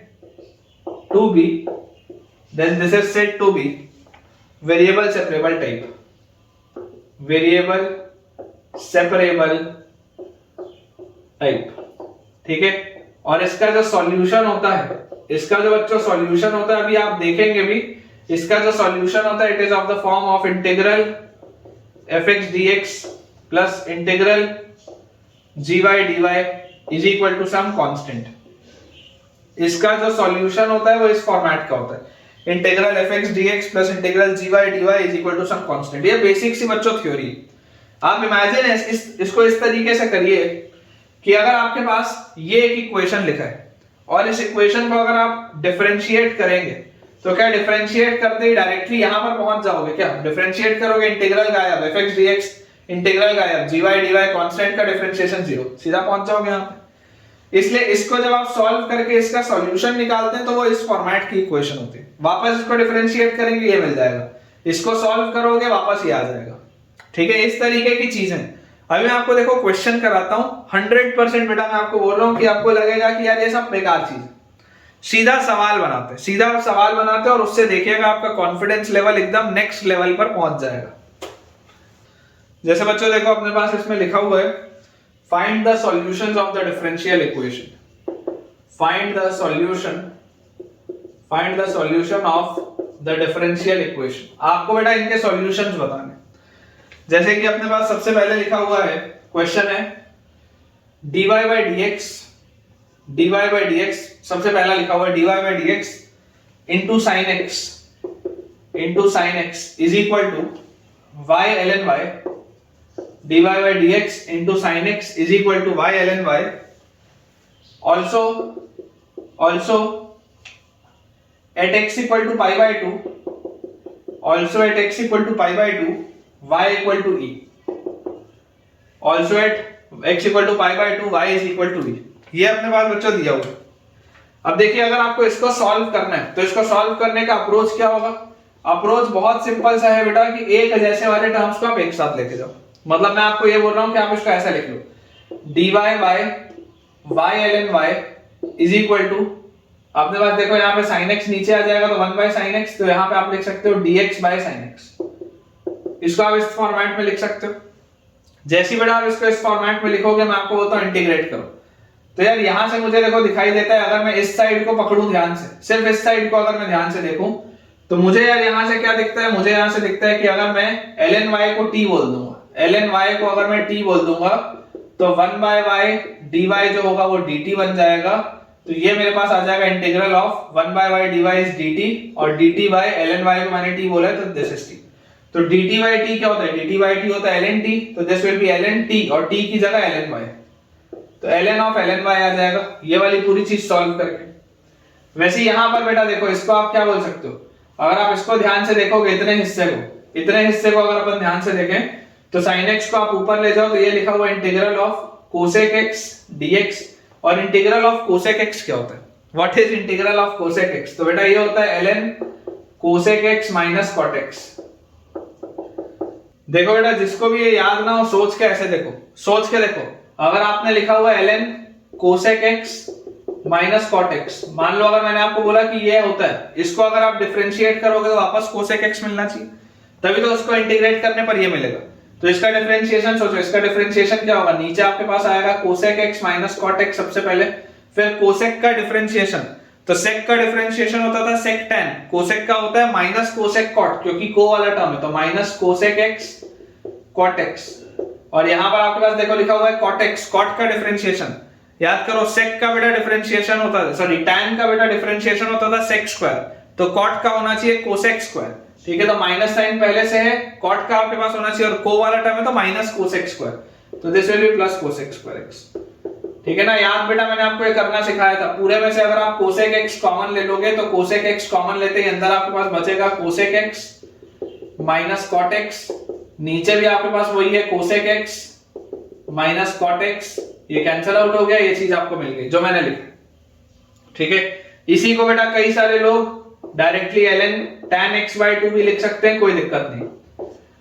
आप इसको बेटा ये भी लिख सकते हो, इसमें कोई दिक्कत नहीं। देखो अगर आप इसको सिंपलीफाई करोगे तो सेम चीज आ जाएगी, मैं आपको करके दिखा देता हूं। ये सब चीज आपको याद होनी चाहिए, इंटीग्रेशन में बेटा सारी चीजें अपन ने पढ़ी। अगर आपके पास मान लीजिए लिखा हुआ है cosec x minus cot x, तो इसको अगर आप सॉल्व करोगे तो this will be 1 by sin x minus cos x by sin x। तो यहां से आपके पास आ जाएगा 1 minus cos x, 1 minus cos x is 2 sin square x by 2, 1 minus cos x upon नीचे sin x को आप लिखो 2 sin x by 2 cos x by 2। तो यहां से 2 से 2 गया, sin x बाय 2 से sin x बाय 2 गया, तो sin x बाय 2 है, cos x बाय 2 बचा, which is tan x by 2। एक ही बात है बेटा, आपको जो भी लिखना हो आप वो लिख के आगे बढ़ सकते हैं, कोई इसमें दिक्कत की चीज नहीं है। ठीक है, जैसी बच्चों अपन ने ये लिख लिया तो यार यहां से आपके पास देखो क्या आ जाएगा कि अगर कोसेक x का इंटीग्रल ये होता है तो ये अपने पास बेसिकली लिखा हुआ है ln of ln y is equal to ln of, चाहे आप ये लिख लो चाहे ये लिख लो, एक ही बात। तो ln of ln y is equal to इसका यहां पे आ जाएगा ln ऑफ tan x/2। ठीक है, ये अपने पास आ गया। तो दिस गिव्स अस, और यहां पर plus some constant of integration, आप c भी लगा सकते हैं, इंटीग्रेट अगर कर रहे हैं तो कांस्टेंट ऑफ इंटीग्रेशन c भी लगा सकते हैं। मैं बोलता हूं बेटा आप इस c को भी क्या लिख लो, आप इस कांस्टेंट को भी ln c लिख लो, क्या फर्क पड़ता है? कांस्टेंट ही तो है, तो c लिखो या ln c लिखो, फर्क तो कोई नहीं पड़ने वाला। अगर अपन इसमें प्रॉपर्टी लगाएं तो देखो आप यहां से क्लियरली बोल सकते हो कि ln of ln y is equal to, हमारे पास यहां से देखो क्या आ जाएगा, अगर हम कांस्टेंट की बात करें तो देखो y की वैल्यू e आती है when x is equal to π/2, जब x की वैल्यू π/2 होती है तो y की वैल्यू e आती है। आप यहां पर ln c लिखो या c लिखो, आंसर सेम आएगा, आंसर सेम आएगा, आप रख के देख लो। अगर c रखोगे तब भी आप देखो यहां पर जैसे x की वैल्यू π/2, x की वैल्यू π/2 मतलब this will be π/4, this will be π/4, तो tan π/4 होता है 1, ln 1 होता है 0। y की वैल्यू अगर आप e रखोगे, e रखते ही ln e होता है 1, ये भी 0, तो c की वैल्यू 0 आ जाएगी। ठीक है, यहां से आपके पास c की वैल्यू 0 आ जाएगी। और अगर बेटा आप मान लो यहां पर आपने ln c लिखा होगा, इमेजिन करो अगर आप यहां पर बेटा ln c लिखते तब भी अगर आप वो रखते तो इसमें पूरे ln c की वैल्यू 0 आ जाती। फर्क क्या पड़ना है? फर्क कुछ नहीं पड़ना। ठीक है, तो यहां पर प्लस 0 आएगा, कांस्टेंट ऑफ इंटीग्रेशन जैसी 0 आ गया तो इसको आप अब लिखने की जरूरत नहीं है। तो फाइनली यहां से आप बोल सकते हो कि ln y is equal to tan x/2, ये हम बोल सकते हैं, और this gives us y is equal to e raise to the power tan x/2। ये इसका सॉल्यूशन आएगा यार, y is equal to e raise to the power tan x/2, ये अपना इसका सॉल्यूशन आ जाएगा। ठीक है, चेक एक बार कर लेते हैं कि इसका आंसर अपने पास क्या दिया हुआ है। तो इसका आंसर बेटा बिल्कुल सही है, y is equal to e raise to the power tan x/2 is the right answer. ठीक है, आई होप बेटा आपको ये समझ में आया होगा। सिमिलरली मान लीजिए अगर अपने को सॉल्यूशन बताना है, मैं अगला आपके पास लिखता हूं कि dy by dx is equal to e raise to the power x minus y और plus x square into dy by dx is equal to e raise to the power x minus y plus x square into e raise to the power minus y। मान लो बच्चों आपके पास ये चीज लिखी है। अब अगर हमारे पास ये चीज यहां पर दी हुई है तो अब यहां से मुझे क्या चीज समझ में आती है, मुझे बेटा ये समझ में आता है कि एक जैसे वाले टर्म्स को एक साइड रखना है, तो सबसे पहले आप लिखो dy by d x is equal to, पूरे में से e की पावर माइनस वाई निकलेगा बाहर, अंदर यहां बचेगा e की पावर x और यहां पर आपके पास अंदर बचेगा x स्क्वायर, सिंपल। और इसको बेटा आप बांट लो दोनों साइड, तो आपके पास आ जाएगा dy बाई e की power minus y is equal to e की power x plus x square into dx। और अब आप कर दो इसको इंटीग्रेट, जैसे आप इसको इंटीग्रेट करोगे ये आ जाएगा e की पावर y dy का इंटीग्रल, और यहां पर आपके पास इसका इंटीग्रल आ जाएगा e की power x plus x square का x cube by 3 plus some constant of integration c। e की पावर y का इंटीग्रल क्या होता है बेटा, e की पावर y का इंटीग्रल e की पावर y ही होता है, तो ये आपके पास आ जाएगा रिलेशन, ये आपका आंसर है। आसान आसान से बेटा सवाल है, मैं आपको फिर बोल रहा हूं, आज के लेक्चर में आपको बेसिक फील देना चाहता हूं कि सवाल सॉल्व कैसे करते हैं। कोई भी अगर आपके पास डिफरेंशियल इक्वेशन लिखा हो तो आप उसको किस तरीके से सॉल्व करेंगे, कैसे आगे बढ़ेंगे, अप्रोच क्या होगा, अप्रोच ही अपने को समझना है, ठीक है। तो इसका आंसर आ जाएगा e raise to the power y is equal to e raise to the power x plus x cube by 3 plus some constant of integration c, बिल्कुल सही। चलिए अगला देखते हैं बेटा, अपने पास क्वेश्चन जो लिखा हुआ है इसको क्लियर करते हैं, नेक्स्ट क्वेश्चन देखते हैं। अभी बेटा अपन बहुत सारे अब छोटे छोटे सवाल करेंगे, काफी सारे मैं आपको छोटे छोटे इसमें सवाल कराता हूं ताकि आपको एक बेसिक आइडिया लग जाए कि करना अपने को कैसे है। जैसे आपके पास लिखा हुआ है ln dy by dx, ln dy by dx is equal to 3x plus 4y, ln dy by dx is equal to 3x plus 4y, और आपको बेटा दिया हुआ है यहाँ पे आपको दिया हुआ है y 0 इज इक्वल टू 0, मतलब जब आप x की वैल्यू 0 डालोगे तो y की वैल्यू 0 मिलेगी, जब आप x की वैल्यू बच्चों 0 डालोगे तो y की वैल्यू आपको 0 मिल जाएगी, ठीक है। ये अपने पास इसमें दिया हुआ है। अब यार यहां से देखो मुझे बेटा क्या चीज समझ में आती है कि अगर ये मेरे पास लिखा हुआ है तो this can be written as dy by dx। Solution अगर अपन इसका देखें तो dy by dx की वैल्यू क्या आ जाएगी, this will be e raise to the power 3x plus 4y, ऐसी होगा। या इसको आप और क्या लिख सकते हो, this can be written as dy by dx is equal to e raise to the power 3x into e raise to the power 4y। देख लो वेरिएबल सेपरेबल क्या है, वेरिएबल सेपरेबल मतलब आप आसानी से अभी तक के सारे सवालों में वेरिएबल को सेपरेट कर पा रहे। तो यहां से आपके पास आ जाएगा dy upon e raise to the power 4y is equal to e raise to the power 3x dx, integral. जैसे ही आप इसको बेटा इंटीग्रेट करोगे ये आपके पास लिखा हुआ है e की पावर माइनस 4y dy का इंटीग्रल, और ये आपके पास लिखा हुआ है इंटीग्रल ऑफ e की पावर 3x बाय dx, तो e की पावर 3x बाय dx का आ जाएगा e की power 3x by 3 plus some constant of integration, और e की पावर माइनस 4y का आ जाएगा e की power minus 4y upon minus 4 is equal to e की power 3x by 3 plus some constant of integration c। अब बच्चों जरा सोच के देखो, जब आप x को 0 डालोगे तो y 0 मिलना चाहिए, जब आप x को 0 डालोगे तो x को 0 डालने पर y 0 मिलना चाहिए, तो यहां पर अगर आप 0 रखते हैं तो 0 रखते ही e की पावर 0 1 तो माइनस 1 बाय 4, फिर x को 0 डालोगे तो यहां पर ये पूरा 0 हो जाएगा, तो is equal to 1 by 3 plus c। तो यार यहां से मेरे पास c की वैल्यू क्या आ जाती है, c की बच्चों यहां से मेरे पास वैल्यू आ जाती है माइनस 1 बाय 4 माइनस 1 बाय 3, तो 3 और 4 माइनस 7 बाय 12। c की वैल्यू अपने पास बच्चों आ जाती है माइनस 7 बाय 12, मतलब कि इसका आंसर जो अपने पास आ रहा है, आंसर अपने पास बेटा आ जाएगा यहां से e raise to the power minus 4y upon minus 4 is equal to e raise to the power minus 3x upon 3 और प्लस c मतलब माइनस 7 बाय 12। ये अपने पास इसका आंसर आ रहा है। अगर आप चाहें तो इसको बेटा आप बहुत आसानी से थोड़ा सा और सिंप्लीफाई भी कर सकते हैं, इसमें कोई दिक्कत की बात नहीं है, या अगर आप चाहें तो इतने पर भी अपना आंसर छोड़ सकते हैं। देखो अगर बेटा अपन इसको थोड़ा सा सिंप्लीफाई कर लें तो हम इसको ऐसा करते हैं, हम लिखते हैं 7 बाय 12 इज इक्वल टू, इसको उधर ले जाओ, इस पूरे को यहां ले आओ, तो e की पावर माइनस 3x बाय 3 और प्लस e की पावर माइनस 4 बाय 4, ऐसा आप इसको लिख सकते हैं। इसको बेटा यहाँ पे आप ठीक कर लेना, देखो e की पावर 3x बाय 3 है, यहाँ पे गलती से अपन ने माइनस लगा दिया था, प्लस आ जाएगा। तो जैसे आप इसको एलसीएम लोगे तो 7 will be equal to 4 into e की पावर 3x और उसके बाद प्लस 3 इंटू e की पावर माइनस 4y, और उसके बाद बेटा देखो 3 इंटू 4 12 और ये 12 कट जाएगा, तो यार ये इसका आंसर आ जाता है। ठीक है क्या, ये बेटा अपने पास इसका आंसर आ जाता है, एक बार चेक कर लेते हैं। तो बिल्कुल सही है बेटा, 4 इंटू e की power 3x plus 3 into e की power minus 4y equal to 7। This is the right answer. अगर आप चाहें तो इतने में भी अपना आंसर छोड़ सकते हैं, कोई दिक्कत नहीं है, कोई दिक्कत की बात नहीं है।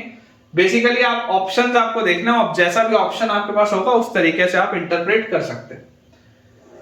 अगला बेटा आपने पास देखिए, इसमें लिखा हुआ है, बहुत सारे अभी मुझे आपको सवाल कराने हैं।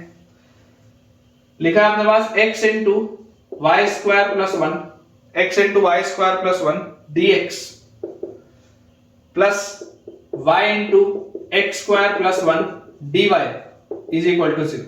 ठीक है, ये अपने पास दिया हुआ है। अगर ध्यान से अपन इसको ऑब्जर्व करें तो यार हमको यहां पर एक चीज समझ में आती है कि अगर हम इसको ऐसा लिख लें कि x into y square plus 1 dx is equal to minus y into x square plus 1 dy, ऐसा लिख सकते हैं।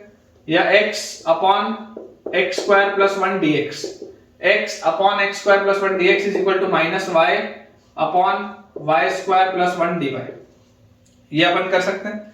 अब बच्चों आप इमेजिन करो, अगर आप इंटीग्रेट कर दो दोनों साइड इंटीग्रेट कर दो, तो यार यहां पर भी मैं ऐसा करता हूं 2 मल्टीप्लाई कर देता हूं, यहां पर भी 2 मल्टीप्लाई कर देता हूं। क्यों मैं 2 मल्टीप्लाई कर रहा हूं? क्योंकि तुमको इंटीग्रेशन से याद होगा, अगर आप एक्स स्क्वायर प्लस 1 को m बोलेंगे तो 2x dx dm हो जाएगा। तो ये 2x dx, इसलिए मैंने 2 मल्टीप्लाई किया।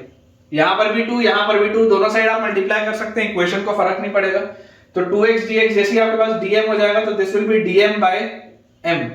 सिमिलरली बच्चों यहां पर अगर आप देखिए y स्क्वायर प्लस 1 को अगर आप n बोलेंगे तो 2y dy will become dn। इसका मतलब this will be integral of 2y dy is dn by y square plus 1 is n with a minus n। ये आगे बेटा माइनस n आपके पास लगा हुआ है। तो dm बाय m क्या होता है? ln m होता है। तो ln m मतलब x square plus 1 is equal to minus ln n मतलब y स्क्वायर प्लस 1, n की जगह आपके पास आ जाएगा y स्क्वायर प्लस 1 और plus some constant of integration c। तो यार यहां से अगर अपन इसको उस साइड ले जाएं तो आपके पास आ जाएगा ln x square plus 1 plus ln y square plus 1 will be equal to some constant of integration, या ln x square plus 1 into y square plus 1 log m plus log n is log mn। ये जो पूरी चीज होगी this will be equal to c। तो यहां से अपने पास आ जाता है x square plus 1 into y square plus 1, ये आ जाएगा बेटा e raise to the power c। ये भी कोई ना कोई कांस्टेंट ही होगा, कोई ना कोई कांस्टेंट ही होगा ये। ठीक है, अब उसको c लिखो या c डैश लिखो कोई फर्क नहीं पड़ता, है तो कोई कांस्टेंट ही। ठीक है क्या? तो ये अपने पास बेटा आंसर आ जाएगा यहां से कि x square plus 1 multiplied by y square plus 1 is some constant. चलिए नेक्स्ट अपना बेटा क्वेश्चन अपन देखते हैं। अगला बेटा अपने पास इसमें दिया हुआ है question, x square dy by dx, x square dy by dx is equal to 2। एकदम simple, x square dy by dx is equal to 2। तो यार यहां से देखो आपको क्या चीज समझ में आती है कि आप इसको लिख सकते हैं dy is equal to 2 by x square dx, ऐसा इसको आप लिख सकते हैं। dy is equal to 2 by x square into dx। Integrate बता आप इसको जैसे ही करेंगे यहां से आपके पास आ जाएगा y इज इक्वल टू 2 तो कांस्टेंट है 1 बाय x स्क्वायर मतलब x की पावर -2, x की पावर -2 प्लस 1 बाय -2 प्लस 1 मतलब -1 बाय x। तो this will be -2 by x plus some constant of integration c। Simple, एकदम सिंपल, बेसिक्स है बेटा, ये बेसिक्स हैं। जब तक बेसिक्स आपको नहीं आएंगे तब तक मजबूती नहीं आएगी कंसेप्ट में। अभी मैं आपको और बेहतर सवाल भी करवाऊंगा, लेकिन वो बेहतर सवाल आपसे कब बनेंगे? जब आप ये बना पाएंगे। ठीक है, तो y की वैल्यू अपने पास आ जाएगी बेटा -2 by x plus some constant of integration c। Similarly मान लीजिए आपके पास दिया हो dy by dx is equal to x ln x। मान लेते हैं अपने पास बच्चों दिया हुआ है dy by dx is equal to x ln x। आपको इसका सॉल्यूशन बताना है, तो कैसे इसको सॉल्व करेंगे? हम यहां से लिख सकते हैं dy is equal to x ln x dx। Integrate कर दो। अब देखो आपको यहां पर दिख रहा है कि आपको बाय पार्ट्स लगाना पड़ेगा। आइलेट का कंसेप्ट, आइलेट के हिसाब से लॉगरिथमिक फंक्शन फर्स्ट और अलजेब्रिक फंक्शन सेकंड। तो ये आ जाएगा y is equal to first function into integral of second function minus complete integral of derivative of first function into integral of second function. ये अपने पास आ जाएगा। तो यार यहां से एक x से एक x भी कटा, तो यार y की वैल्यू क्या आ रही है? y की वैल्यू आ रही है अपने पास x square by 2 ln x सबसे पहले, और ये x है, x का integration again x square by 2 और नीचे एक 2 है, तो माइनस एक्स स्क्वायर बाय 4 और plus some constant of integration c. Finally बच्चों आपके पास देखो y की वैल्यू आ जाएगी x square by 2 ln x minus x square by 4 plus some constant of integration c. बिल्कुल सही। नेक्स्ट देखते हैं, लिखा है अपने पास नेक्स्ट क्वेश्चन में, अगर बेटा आपका कॉन्फिडेंस थोड़ा भी इंक्रीज हो रहा है, अगर आपको लग रहा है कि हाँ सर ये देखिए डिफरेंशियल इक्वेशन था, ये भी डिफरेंशियल इक्वेशन था, सॉल्व करके इक्वेशन सब निकाल पा रहे हैं, तो यार मुझे कमेंट्स में आप जरूर बताइए कि आपका थोड़ा बहुत कॉन्फिडेंस, थोड़ा बहुत कंसेप्चुअली आप स्ट्रांग हो पा रहे हो या नहीं। सवाल अपने पास लिखा है dy by dx, ये सब डिफरेंशियल इक्वेशन है बेटा जिसमें वेरिएबल सेपरेबल मतलब आप आसानी से वेरिएबल्स को सेपरेट कर सकते हैं। dy by dx is equal to e raised to the power y plus x plus e raised to the power y minus x, ये अपने पास दिया हुआ है। कैसे सॉल्व करेंगे, मैं आपको बोलूंगा कि आप इसको लिख लो सॉल्यूशन के रूप में। यहाँ पर सॉल्यूशन है ये इसका, ठीक है, ये भी इसका सॉल्यूशन है। यहाँ पर बेटा देखो आप जैसे इसको सॉल्व करोगे आपके पास आ जाएगा dy by dx is equal to, इस पूरे में से e की पावर y कॉमन निकलता हुआ दिख रहा है, अंदर क्या आएगा e की पावर x और प्लस e की पावर माइनस x, यही चीज आएगी अपने पास अंदर, ठीक है क्या, यही चीज आ जाएगी। देखो e की पावर y अगर अपन कॉमन निकालेंगे तो e की पावर x और प्लस e की पावर माइनस x। अब मैं आपको बोलता हूं आप इसको ऐसा लिख लो dy by e की power y is equal to e की पावर x प्लस e की power minus x times dx, और इसको इंटीग्रेट कर दो। जैसे ही बच्चों आप इसको इंटीग्रेट करेंगे आपके पास देखिए यहां से आ जाएगा e की पावर माइनस y आएगा, e की पावर माइनस y मतलब e की power minus y by minus 1 is equal to e की पावर x का e की पावर x प्लस e की पावर माइनस x का e की power minus x by minus 1 plus some constant of integration c। ये अपने पास चीज आ जाती है। तो बेटा जैसे ही आपके पास ये चीज आती है, अगर आप इस माइनस साइन को उस साइड बैलेंस कर दो तो e की power minus y is equal to हमारे पास आ जाएगा, माइनस साइन बैलेंस होते ही e की power minus x minus e की पावर x और माइनस c, ये आपके पास आंसर आ जाएगा। अब आप वहां पर माइनस c लिखो या प्लस c लिखो उससे कोई फर्क नहीं पड़ता बेटा, क्योंकि वो कांस्टेंट ऑफ इंटीग्रेशन है और जैसे ही आप कोई भी कंडीशन इसमें डालेंगे तो वो खुद ब खुद सेट हो जाएगी वैल्यू। तो अपने पास आंसर इसमें आ जाता है बच्चों e की power minus y is equal to e raise to the power minus x minus e raise to the power x minus some constant of integration. बिल्कुल सही, ठीक है ना। ये आंसर से बेटा मैं बॉक्स भी बना देता हूं ताकि आपको क्लैरिटी रहे। चलिए अगला देखते हैं। नेक्स्ट हमारे पास इसमें बच्चों लिखा हुआ है, इस क्वेश्चन के बाद अगर अपन नेक्स्ट क्वेश्चन देखें तो सवाल अपने को बोलता है अगले, अगेन आसान सा सवाल है, dy by dx plus 1 upon under root of 1 minus x square is equal to c। dy by dx plus 1 upon under root of 1 minus x square is equal to c, या is equal to 0, ठीक है। ये अपने पास बच्चों question लिखा है।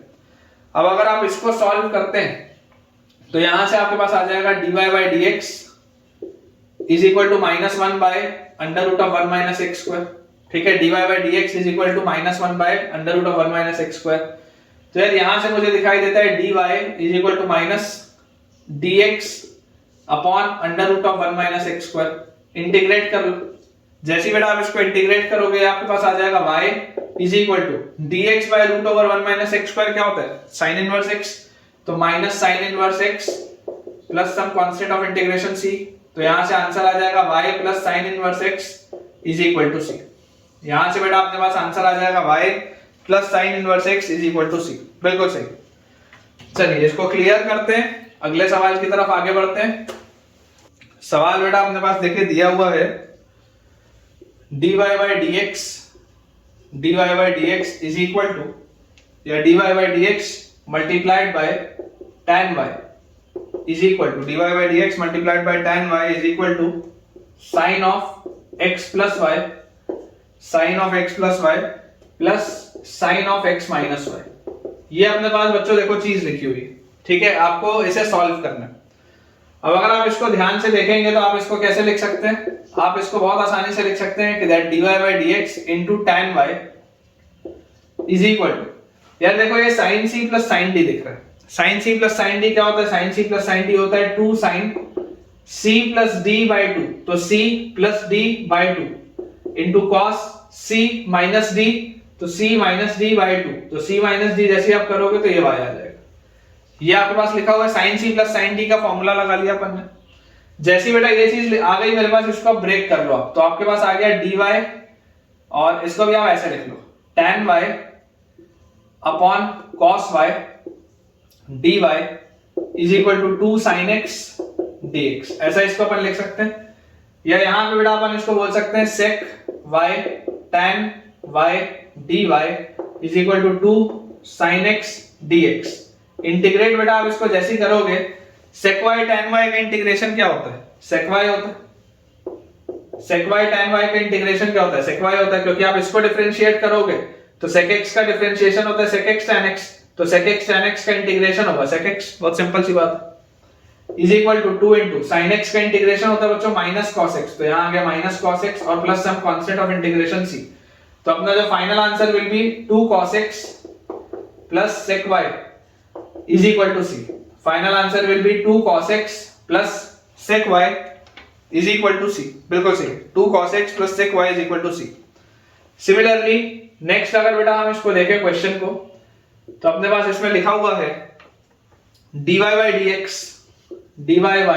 dx plus under root of dy by dx plus under root of 1 minus y square upon 1 minus x square is equal to 0। dy by dx plus under root of 1 minus y square upon 1 minus x square is equal to 0। अगर बेटा ये आपके पास चीज लिखी है तो आप इसको कैसे सॉल्व कर सकते हैं, देखिए dy by dx is equal to minus under root of 1 minus y square upon 1 minus x square, इसको आप इस तरीके से लिख सकते हैं। या यहां से अपने पास देखो क्या आ जाएगा, यहां से अपने पास आ जाएगा dy by under root of 1 minus y square is equal to minus dx by under root of 1 minus x square, ये अपने पास चीज आ जाती है। इसको आप इंटीग्रेट करो, जैसे बेटा आप इसको इंटीग्रेट करोगे तो dy by root of 1 minus y square is sin inverse y is equal to dx by root 1 minus x square is sin inverse x, तो माइनस sin इनवर्स x और plus some constant of integration आपके पास आएगा c।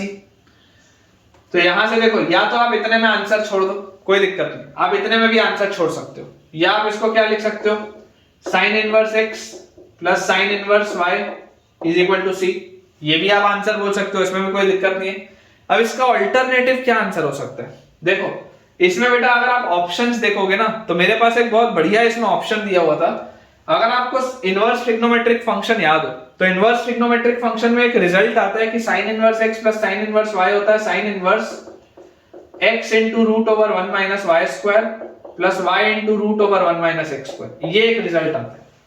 This is equal to constant sin inverse x plus sin inverse y, अगर आप देखेंगे तो आपके पास आ जाएगा sin inverse x into root over 1 minus y square plus y into root over 1 minus x square, और यहां से आप फाइनली देखो क्या लिख सकते हो, x into root over 1 minus y square plus y into root over 1 minus x square. इस पूरे की वैल्यू आएगी क्या, इस पूरे की वैल्यू आएगी sin c जो कि कोई कांस्टेंट ही होगा, इस पूरे की वैल्यू आएगी sin c जो कि कोई कांस्टेंट ही होगा।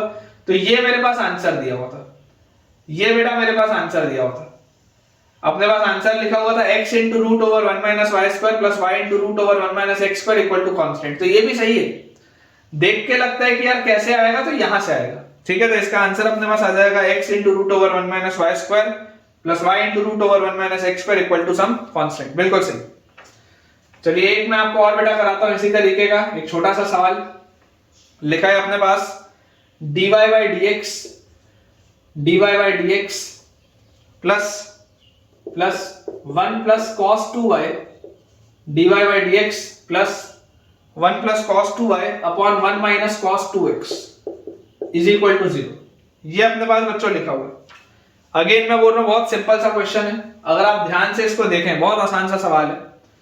आप इसको कैसे लिख सकते हैं, आप इसको लिख सकते हैं dy by dx plus 1 plus cos 2y is 2 cos square y upon 1 minus cos 2x is 2 sin square x, this is equal to 0, ये 2 से ये वाला 2 गया, तो हमारे पास आ जाता है dy by dx is equal to minus cos square y upon sin square x, तो हमारे पास आ जाता है dy upon cos square y is equal to minus dx upon sin square x। तो यहां से बच्चों आपके पास आ जाएगा, जैसे आप इसको इंटीग्रेट करेंगे तो आप इसको बोल सकते हैं, देखो ये लिखा हुआ है sec square y dy is equal to minus integral of cosec square x dx. इसको आप ऐसे लिख सकते हैं, sec square y d y is equal to minus integral of cosec square x dx. अब बच्चों आपके पास देखो इंटीग्रल ऑफ सेक स्क्वायर क्या होता है, tan का डिफरेंशियल सेक स्क्वायर होता है, तो सेक स्क्वायर का इंटीग्रल tan होता है, तो this is tan y। tan को आप डिफरेंशिएट करोगे तो सेक स्क्वायर मिलेगा। वैसे ही माइनस कोसेक स्क्वायर किस में आता है, कॉट में।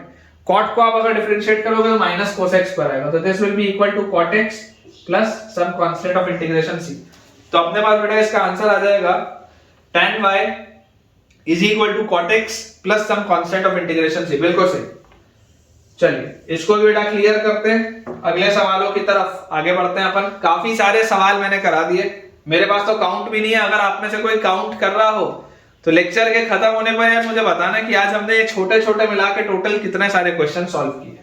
देखिए बेटा सवाल अपने पास लिखा हुआ है, अब थोड़ा सा बेहतर क्वेश्चन मैं आपको कराता हूँ, ठीक है। थोड़े से स्टेटमेंट वाले आपको क्वेश्चन कराता हूँ। पहले एक नॉर्मल है कि find the solution of the differential equation e raised to the power dy by dx is equal to x plus 1 if for x equal to 0 y is equal to 3। if for x equal to 0 y equal to 3, ये अपने पास बच्चों सवाल है। अब देखिए अगर आप ध्यान से इसको ऑब्जर्व करेंगे तो आपको ये दिखाई देता है कि यार ये e raise to the power dy by dx is equal to x plus 1 मेरे पास जो लिखा है, अगर मैं दोनों साइड log ले लूं तो दोनों साइड log लेने से मेरे पास क्या आ जाएगा, यहां dy by dx आ जाएगा and this will be equal to ln x plus 1। ये अपने पास चीज आ जाती, सबसे सिंपल सी बात, log लेते ही ये चीज आती। जैसी यार ये चीज आएगी मेरे पास, अब मैं इसको बोल सकता हूं कि dy is equal to ln x plus 1 dx, और मैं बोलूंगा कि यार इसको इंटीग्रेट कर दो। अब आपको याद होना चाहिए बेटा ये बात कि इंटीग्रल ऑफ ln x होता है x ln x minus x। Integral of ln x क्या होता है, x ln x minus x। ये रिजल्ट याद होना चाहिए, कराया है मैंने, अदरवाइज आपको इसमें बाय पार्ट्स लगा के बहुत मेहनत करनी पड़ेगी, ठीक है। तो देखो इंटीग्रल ऑफ dy होता है y, integral of ln x plus 1। अब अगर x की जगह x प्लस 1 लिखा है तो लीनियर ही, तो कोई दिक्कत नहीं। इसका रिजल्ट क्या आ जाएगा, x ln x minus x, यही आएगा। क्या देख लो, उसी फॉर्मेट में तो लिखा है ln x का x ln x minus x, यहां पर x की जगह x प्लस 1 लिखा हुआ, बाकी वही है, और plus some constant of integration c। अब मुझे यहां पर बोला जा रहा है कि जब मैं x की वैल्यू 0 रखूंगा तो y 3 मिलना चाहिए, तो x की वैल्यू 0 रखते ही ये खत्म, x की वैल्यू 0 रखते ही आपके पास देखो y की वैल्यू 3 आएगी, तो x की वैल्यू 0 रखोगे तो ये पूरा खत्म हो जाएगा। 0 रखते ही यहां पर आपके पास आएगा -1 प्लस c, तो यार c की वैल्यू आएगी 4, और अगर c की वैल्यू आपके पास 4 आएगी तो यहां 4 लिख के ये अपना बेटा आप आंसर बोल सकते हैं। This is your answer. Answer बेटा अपने पास आ जाएगा यहां से, जो फाइनल आंसर आएगा that will be y is equal to x plus 1 times ln x plus 1 minus x plus 1 plus 4, ठीक है। ये अपने पास आ जाता है। नेक्स्ट बेटा आपके पास जो क्वेश्चन लिखा हुआ है, मैं आपके लिए सवाल लिख देता हूं, थोड़ा स्टेटमेंट वाला बेटा क्वेश्चन है। लिखा है अपने पास find the curve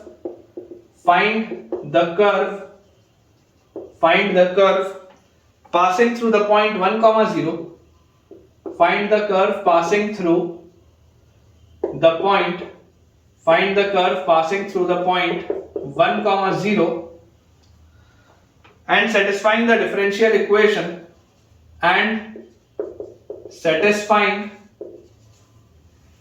the differential equation 1 plus y square into dx minus x y dy equal to 0। 1 plus y square into dx minus x y dy is equal to 0। ये अपने पास बच्चों देखो सवाल है।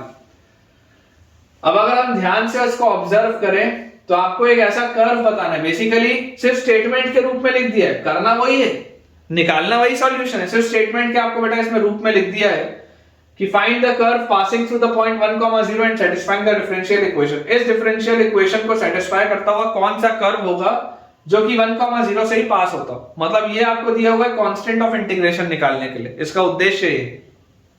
अगर हम यहां पर बच्चों ध्यान से देखें तो आप यहां से देखिए लिख सकते हैं इसको 1 plus Y square into d x is equal to x y d y, इसको आप ऐसे लिख सकते हैं। और जैसे ही आप बेटा इस तरीके से लिखेंगे तो यहां से हमारे पास आ जाएगा dx by x is equal to y dy upon 1 plus Y square. और मुझे बेटा एक चीज बहुत अच्छे से इसमें दिखाई देती है कि अगर मैं दोनों साइड यहां पर 2 मल्टीप्लाई कर दूं और इसको इंटीग्रेट कर दूं तो मेरे पास आ जाएगा dx by x is ln x, तो this will be 2 ln x is equal to 1 plus Y square को देखो अगर आप t बोलते, अगर आप बेटा 1 प्लस वाई स्क्वायर को t बोलते तो 2y dy dt में निकलता, तो dt बाय t होता है ln t, तो ln के साथ t लिखते हो और t की जगह आप लिखते 1 प्लस वाई स्क्वायर। अब आप थोड़े मैच्योर हो चुके हो तो आप ये सारी चीज डायरेक्टली समझ सकते हो कि मैं क्या बोल रहा हूं।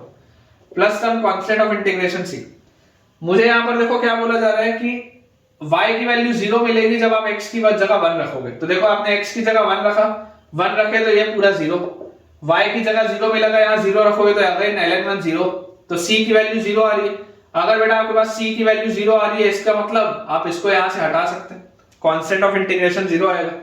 यार यहां से मेरे पास देखो क्या आ गया, 2 घुमा के ऊपर, तो x square is equal to 1 plus Y square आएगा, यहां से 2 इसके ऊपर आप ले जाओगे, log से log बेटा कंपेयर करने पे हट जाएगा, तो x स्क्वायर की वैल्यू 1 प्लस वाई स्क्वायर, और we can say that x square minus y square equal to 1।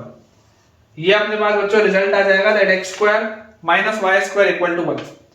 ठीक है, बहुत एक इंपॉर्टेंट इक्वेशन है, कोनिक सेक्शन में आपने पढ़ा है। अगर आप में से किसी को भी याद हो कि ये कौन सा इक्वेशन है तो मुझे कमेंट्स में बताएं कि x square minus y square equal to 1 कौन सा इक्वेशन होता है और इसकी क्या खास बात होती है। अगला बेटा अपने पास इसमें सवाल लिखा है कि find the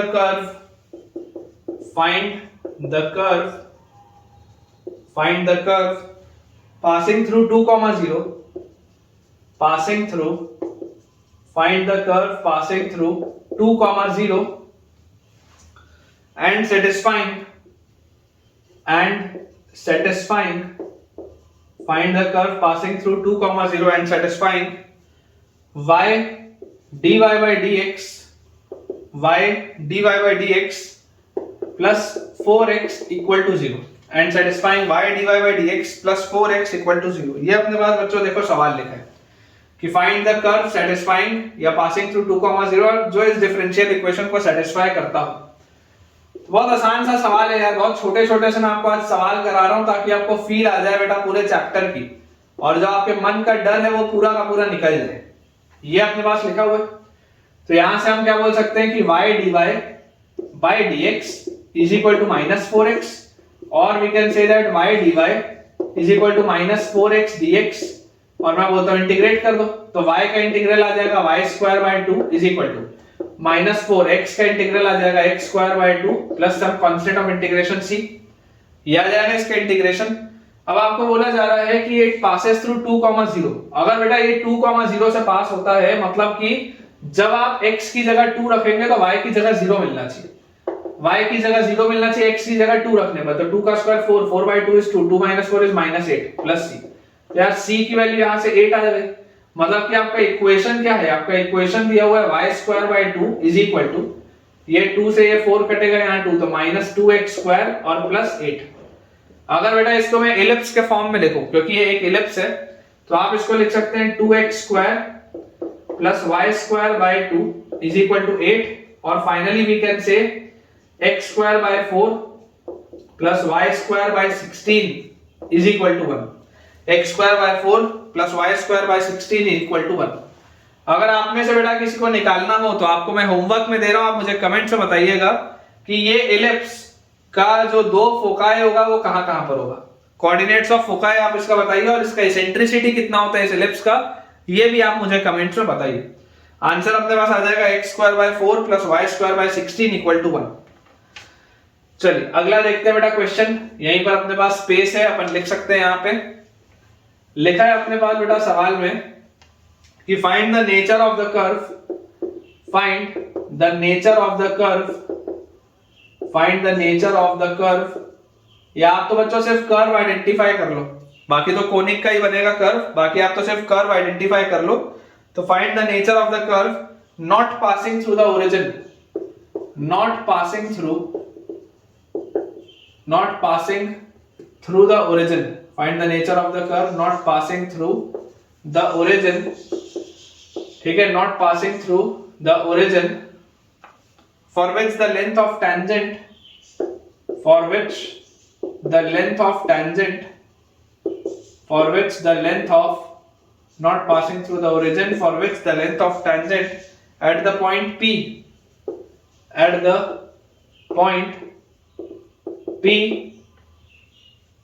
is equal to the distance of the point P is equal to the distance of point P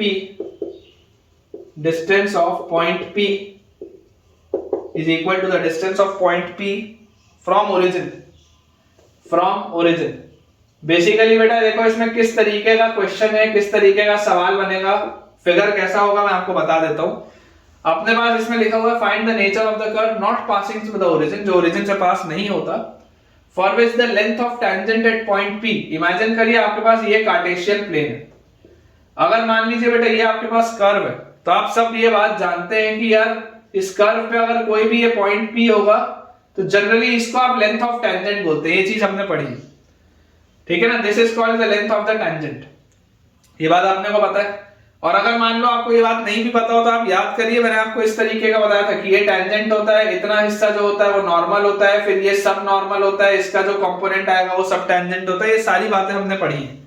तो this is the length of the tangent, इतना लिखा है। Find the nature of the curve not passing through the origin, जो origin से pass ना होता हो, not passing through the origin, for which the length of tangent at the point P, किसी point P पे जो लेंथ ऑफ टेंजेंट होगा is equal to the distance of the point P from origin. ये और ये बेटा बराबर हो, आपको बोला जा रहा है कि ये वाला साइड और ये वाला साइड बराबर आ जाए। आपको एक ऐसे कर्व का इक्वेशन बताना है जिसके लिए चीज बराबर आ जाए। अब मैं आपको बोलता हूं कि यार आप ऐसा करो, आप इस पॉइंट P के कोऑर्डिनेट्स मान लो x, y, बिल्कुल मान सकते हैं, कोई दिक्कत की बात नहीं है।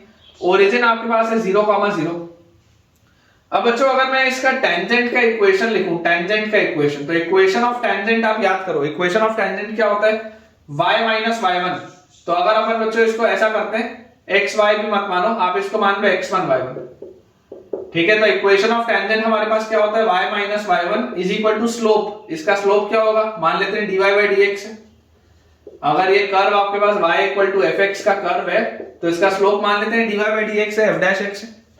तो y minus y1 is equal to slope into x minus x1, ये अपने पास है। इमेजिन बच्चों आप ये करिए कि यार ये वाला आपके पास जो पॉइंट दिया हुआ है, ये वाला बेटा जो आपके पास पॉइंट दिया हुआ है, ये वाला पॉइंट क्या होगा। तो ये वाला पॉइंट निकालने का बेस्ट तरीका क्या है कि जब ये टेंजेंट x एक्सिस को कट करेगा, जब भी बेटा ये वाला टेंजेंट x एक्सिस को कट करेगा आपको वो पॉइंट मिलेगा।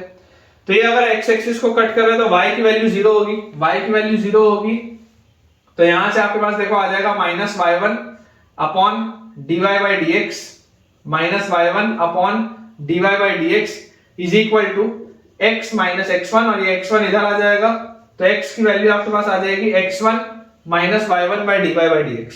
ये अपने पास रिजल्ट आएगा, ठीक है। ये आपके पास आ गई देखो x की वैल्यू, ठीक है, ये अपने पास आ गई x की वैल्यू। आप dy बाई dx को अगर चाहें तो m भी बोल सकते हैं, लाइन का स्लोप है आप उसको m भी बोल सकते हैं। तो आप यहां पर लिख सकते हैं कि इसके बेटा कोऑर्डिनेट्स आपके पास आ जाएंगे x1 minus y1 by m, ऐसा आप बोलो x1 minus y1 by m, comma 0। ये m क्या है, m is basically your dy by dx, m is dy by dx। Short form में लिखने के लिए मैंने ऐसे लिख दिया कि m को आप मान लो dy बाय dx है, तो ये आपके पास आ गए इसके कोऑर्डिनेट्स। अब आप जरा मुझे सोच के बताइए कि यार मुझे अगर बोला जा रहा है कि ये इसके बराबर है, ये वाली जो चीज है लेंथ ऑफ टेंजेंट जो है वो इसके बराबर है, तो यार ये जो डिस्टेंस होगा ये डिस्टेंस आएगा कितना, दिस डिस्टेंस विल बी, मान लेते हैं ये आपके पास ओरिजिन है O, इस पॉइंट को आप मान लो कैपिटल M, तो आपके पास ये इस पॉइंट को आप मान लो कैपिटल A, ठीक है, कैपिटल A मान लो। तो क्लियरली आपको पता है कि OP और OA आपको बराबर दिया हुआ है, तो यार अगर OP और OA बराबर है तो OP का स्क्वायर और OA का स्क्वायर भी बराबर होगा, एक ही बात है। OP का स्क्वायर क्या होगा, what will be OP square, तो रूट ओवर x1 का स्क्वायर प्लस y1 का स्क्वायर होता है, रूट हट जाएगा तो this will be x1 square plus y1 square. Distance formula है बेटा, डिस्टेंस फार्मूला में स्क्वायर करोगे तो रूट वाला टर्म हट जाएगा, सिंपल डिस्टेंस फार्मूला लगाया इज इक्वल टू OA का स्क्वायर। डिस्टेंस फार्मूला अगर यहां पर लगाओगे तो x1 minus x1 minus y1 by m, ये पूरी चीज का स्क्वायर ठीक है, x1 minus y1 by m का होल स्क्वायर ये आ गया और प्लस y1 का स्क्वायर, ये अपने पास आएगा बेटा रिजल्ट। ठीक है, कि ये अपने पास रिजल्ट आएगा। जैसे आप इसको ध्यान से देखेंगे ये y1 स्क्वायर से ये y1 स्क्वायर कट गया, ये अंदर में बेटा ये x1 और ये x1 भी कट गया, तो आपके पास यहां से आ गया x1 square is equal to, आपके पास बच्चों अंदर आ गया x1 square is equal to ये क्या है माइनस माइनस प्लस हो जाएगा y1 बाय m का होल स्क्वायर, तो this will be y1 square by m square. तो अब यहां से देखो इसको क्या लिख सकते हो, आप यहां से इसको ऐसा लिख सकते हो क्या कि y1 बेसिकली क्या है, ये x, y जो है वो इसको सेटिस्फाई कर रहा है ना। अगर बेटा x, y इसको सेटिस्फाई कर रहा है तो यहां से आप इसको बोल सकते हैं इधर x1 की वैल्यू आएगी y1 by m m square या y1 बाय m, या x1 की वैल्यू आएगी माइनस y1 बाय m। इन्हीं दोनों में से कुछ ना कुछ एक आएगा, either x1 will be y1 by m या x1 will be minus y1 by m। तो बेटा जैसी ये चीज आएगी अब अपन इतने हिस्से को थोड़ा सा क्लियर कर लेते हैं, इसको सॉल्व करके देखते हैं कि देखिए आ क्या रहा है अपने पास। जैसे आपने यहां पर देखो रिजल्ट देखा तो x1 की वैल्यू आ रही है या तो y1 बाय m या x1 की वैल्यू आ रही है माइनस y1 बाय m। तो अगर आपने बोला x1 की वैल्यू y1 बाय m है तो m क्या था, इसका मतलब जो आपका कर्व होता वो कर्व होता x is equal to y upon dy by dx, ये आपके पास कर्व आता यहां से, तभी तो आप x की जगह x1 और y की जगह y1 रखोगे तो सेटिस्फाई करेगा। ये x की जगह x1 और y की जगह बेटा आप y1 रखोगे तभी तो सेटिस्फाई करेगा, अगर ये कर्व आपका होता है x is equal to y by dy by dx। तो यहां से अपने पास आ जाएगा x times dy by dx is equal to y, ये अपने पास आ जाएगा x times dy by dx is equal to y, या आप बोल सकते हैं कि dx by x is equal to dy by y। तो यहां से बेटा जैसे ही इसको इंटीग्रेट करोगे तो आपके पास आ जाएगा ln x is equal to ln y plus some constant of integration, या यहां से अपने पास बच्चों आ जाएगा ln x minus ln y is equal to c। तो आपके पास आ जाएगा ln x by y is equal to ln x by y is equal to some constant of integration c। ये आपके पास बेटा चीज आ जाएगी, और यहां से आप बोल सकते हो x by y is equal to e raise to the power c और some constant, x by y is equal to e raise to the power c और सम कांस्टेंट। और फाइनली हम यहां से बोल सकते हैं कि y इक्वल टू mx का फॉर्म आ रहा है, मतलब ये एक स्ट्रेट लाइन का फॉर्म आ रहा है बेटा which passes through the origin. अगर आप ध्यान से देखेंगे, अगर बेटा आप इसको ध्यान से देखेंगे कि x by y is equal to constant आ रहा है तो इसका मतलब क्या है, this is of the form y equal टू kx। ये एक स्ट्रेट लाइन का फॉर्म आ गया ना पासिंग थ्रू ओरिजिन, ये एक स्ट्रेट लाइन का फॉर्म आ रहा है पासिंग थ्रू ओरिजिन, और आपको क्लियरली बोला गया है कि आपका कर्व जो है वो ओरिजिन से पास नहीं होना चाहिए। Find the nature of the curve not passing through the origin. अगर आपने ये वाली कंडीशन लेके सॉल्व किया होता, यहां से आपके पास ये दो कंडीशंस आ रही थी, अगर आप ये वाली कंडीशन लेके सॉल्व करते तो आपके पास एक ऐसा कर्व आ रहा है जो कि एक स्ट्रेट लाइन है which passes through the origin. लेकिन अगर मैं इसको पकड़ के आगे बढ़ूं, अगर मैं आपको बोल दूं कि x1 की वैल्यू है माइनस y1 बाय m, तो यहां से आपके पास जो कर्व आएगा ये कौन से कर्व पे लाई करता होगा, तो x is equal to minus y by dy by dx पे लाई करता होगा। तो अपने पास आ जाएगा x times dy by dx is equal to minus y, या यहां से बच्चों हम बोल सकते हैं कि dx by x is equal to minus dy by y।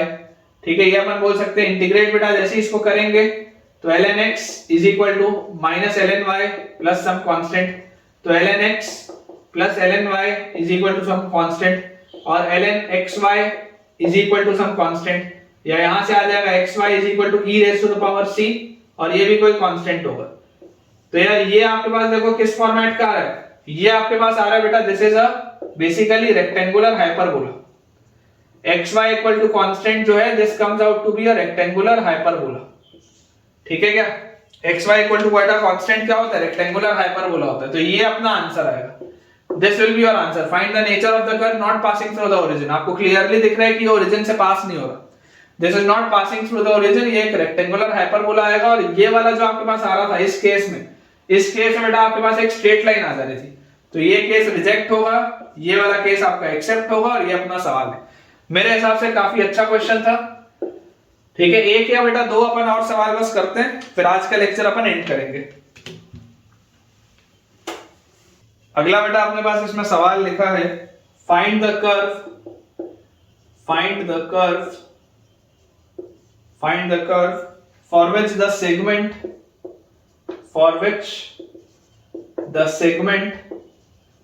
find the curve for which the segment of the tangent contained between the coordinate axis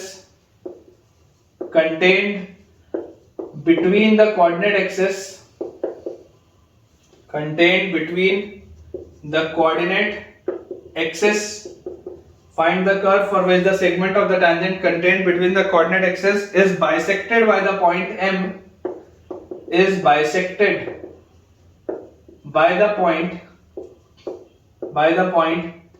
M also curve passes through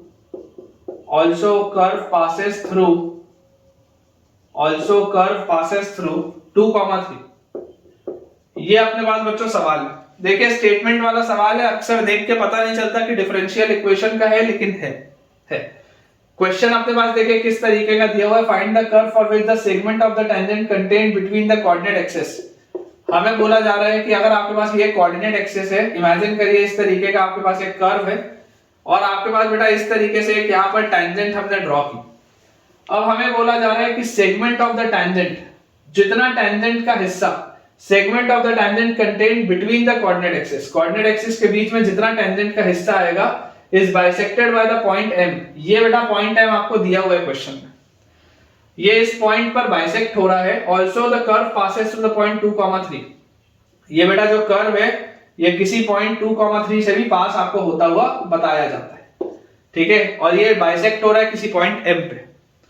मान लो बच्चों मैं आपको बोल दूं कि इस पॉइंट M के coordinates आप मान लीजिए x1 y1, तो यार देखो आपको एक चीज पता है, आपको क्या पता है कि इक्वेशन ऑफ लाइन क्या था, इक्वेशन ऑफ लाइन अपने पास था y minus y1 tangent is equal to slope into x minus x1, जहां पर हमें पता है कि m की वैल्यू होती है dy by dx, स्लोप होता है dy by dx, ये बात हमको पता है।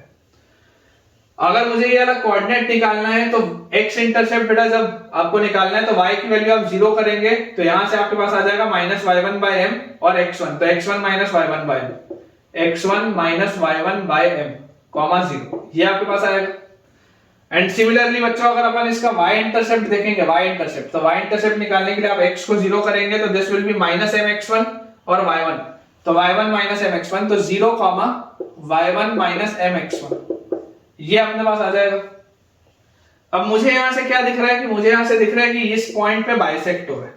अगर बेटा इस पॉइंट पे बाइसेक्ट हो रहा है तो मैं तो बहुत आसानी से बोल सकता हूं कि यार आप ऐसा करो, y वाले कोऑर्डिनेट का मिडिल पॉइंट ले लो, तो आपको यहां से दिख जाएगा y1 will be equal to, ये इसका मिडिल पॉइंट होगा ना y वाले कोऑर्डिनेट का, तो this will be equal to y1 minus mx1 plus 0 by 2, y1 is equal to y1 minus mx1 plus 0 by 2, ये अपन लिख सकते हैं यहां पे।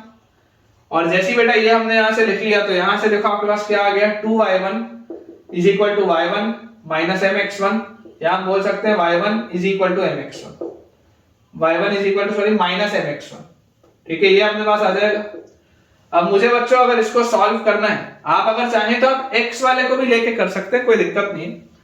y1 की वैल्यू अगर माइनस mx1 बच्चों अपने पास आ जाती है तो यहां से अपने पास आ जाता है कि जो कर्व होगा, बेसिकली ये x1 y1 अगर इस कर्व पर लाई कर रहा है तो जो कर्व होगा वो कर्व क्या होगा, कर्व आपके पास यहां से आएगा बच्चों, यहां से y is equal to minus mx, ये आपके पास कर्व आएगा y equal to minus mx, जिसमें कि बेटा हम लिख सकते हैं y is equal to minus dy by dx into x, या हम यहां से बच्चों लिख सकते हैं कि dy by y is equal to minus dx by x, जैसे आप इसको इंटीग्रेट करेंगे this will give us ln y is equal to minus ln x plus some constant, और ये सेम उसी तरीके से बेटा कर्व आ रहा है जैसा लास्ट वाले में आया था।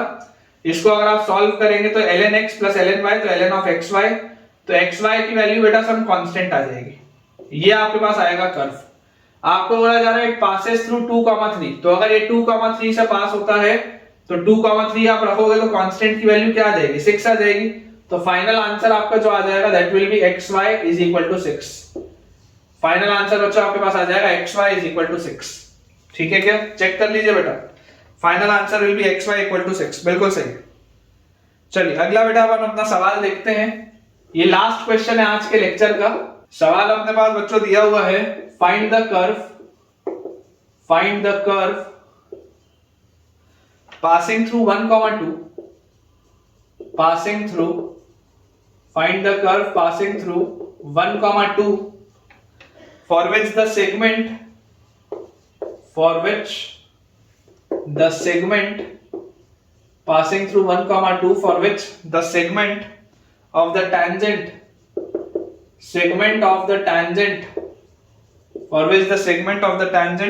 between P and T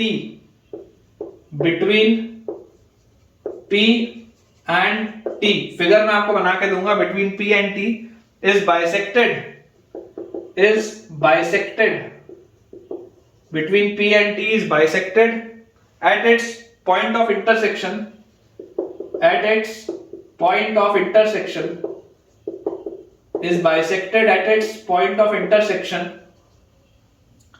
with y-axis। ये अपने पास बच्चों सवाल लिखा हुआ है, find the curve passing through 1,2 for which the segment of the tangent between P and T is bisected at its point of intersection with y-axis। ये last सवाल है आज के लेक्चर का। फिगर इसका देखो किस तरीके का होगा, कुछ इस तरीके का बेटा अपने पास इसका फिगर बनेगा कि अगर हम यहां पर बेटा बोल दें कि ये अपने पास एक कर्व है, इस तरीके से मान लो आपके पास एक कर्व दिया हुआ है। अब इस कर्व में आपको बोला जा रहा है कि ये आपके पास इस तरीके से एक फिगर बना हुआ है। इस फिगर में बेटा मैं आपको बोलता हूं कि हमारे पास ये पॉइंट P है जिस पे आपने टेंजेंट डाला, जो x एक्सिस को जाके मिल रहा है T पे और y एक्सिस पे बाइसेक्ट हो रहा है। इस तरीके का कुछ फिगर है। कर्व आल्सो पासेस थ्रू 1,2, तो बेटा ये किसी पॉइंट 1,2 से भी आपका कर्व पास होता है। For which the segment of the tangent between P and T, ये जो P और T के बीच में जितना टेंजेंट का हिस्सा है, it is bisected at its point of intersection with the y axis. ये अपने पास दिया है। अगेन अप्रोच बहुत आसान सा है कि आप इसको बच्चों क्या बोलेंगे, आप इसको बोल सकते हैं x1 y1। जैसे आप इसको x1 y1 बोलेंगे तो आपके पास देखिए इक्वेशन ऑफ टेंजेंट आपको पता ही है, इसलिए मैंने इसको मिटाया नहीं है ताकि थोड़ी सी अपनी मेहनत बचे। इक्वेशन ऑफ टेंजेंट आप लिखेंगे, टेंजेंट का इक्वेशन लिखने के बाद जैसे आप इंटरसेप्ट लिखेंगे तो इंटरसेप्ट आपके पास क्या आ जाएगा, intercept will be x1 minus y1 by m comma 0। ये आपके पास आ जाएगा इसका x coordinate x1 minus y1 by m comma 0।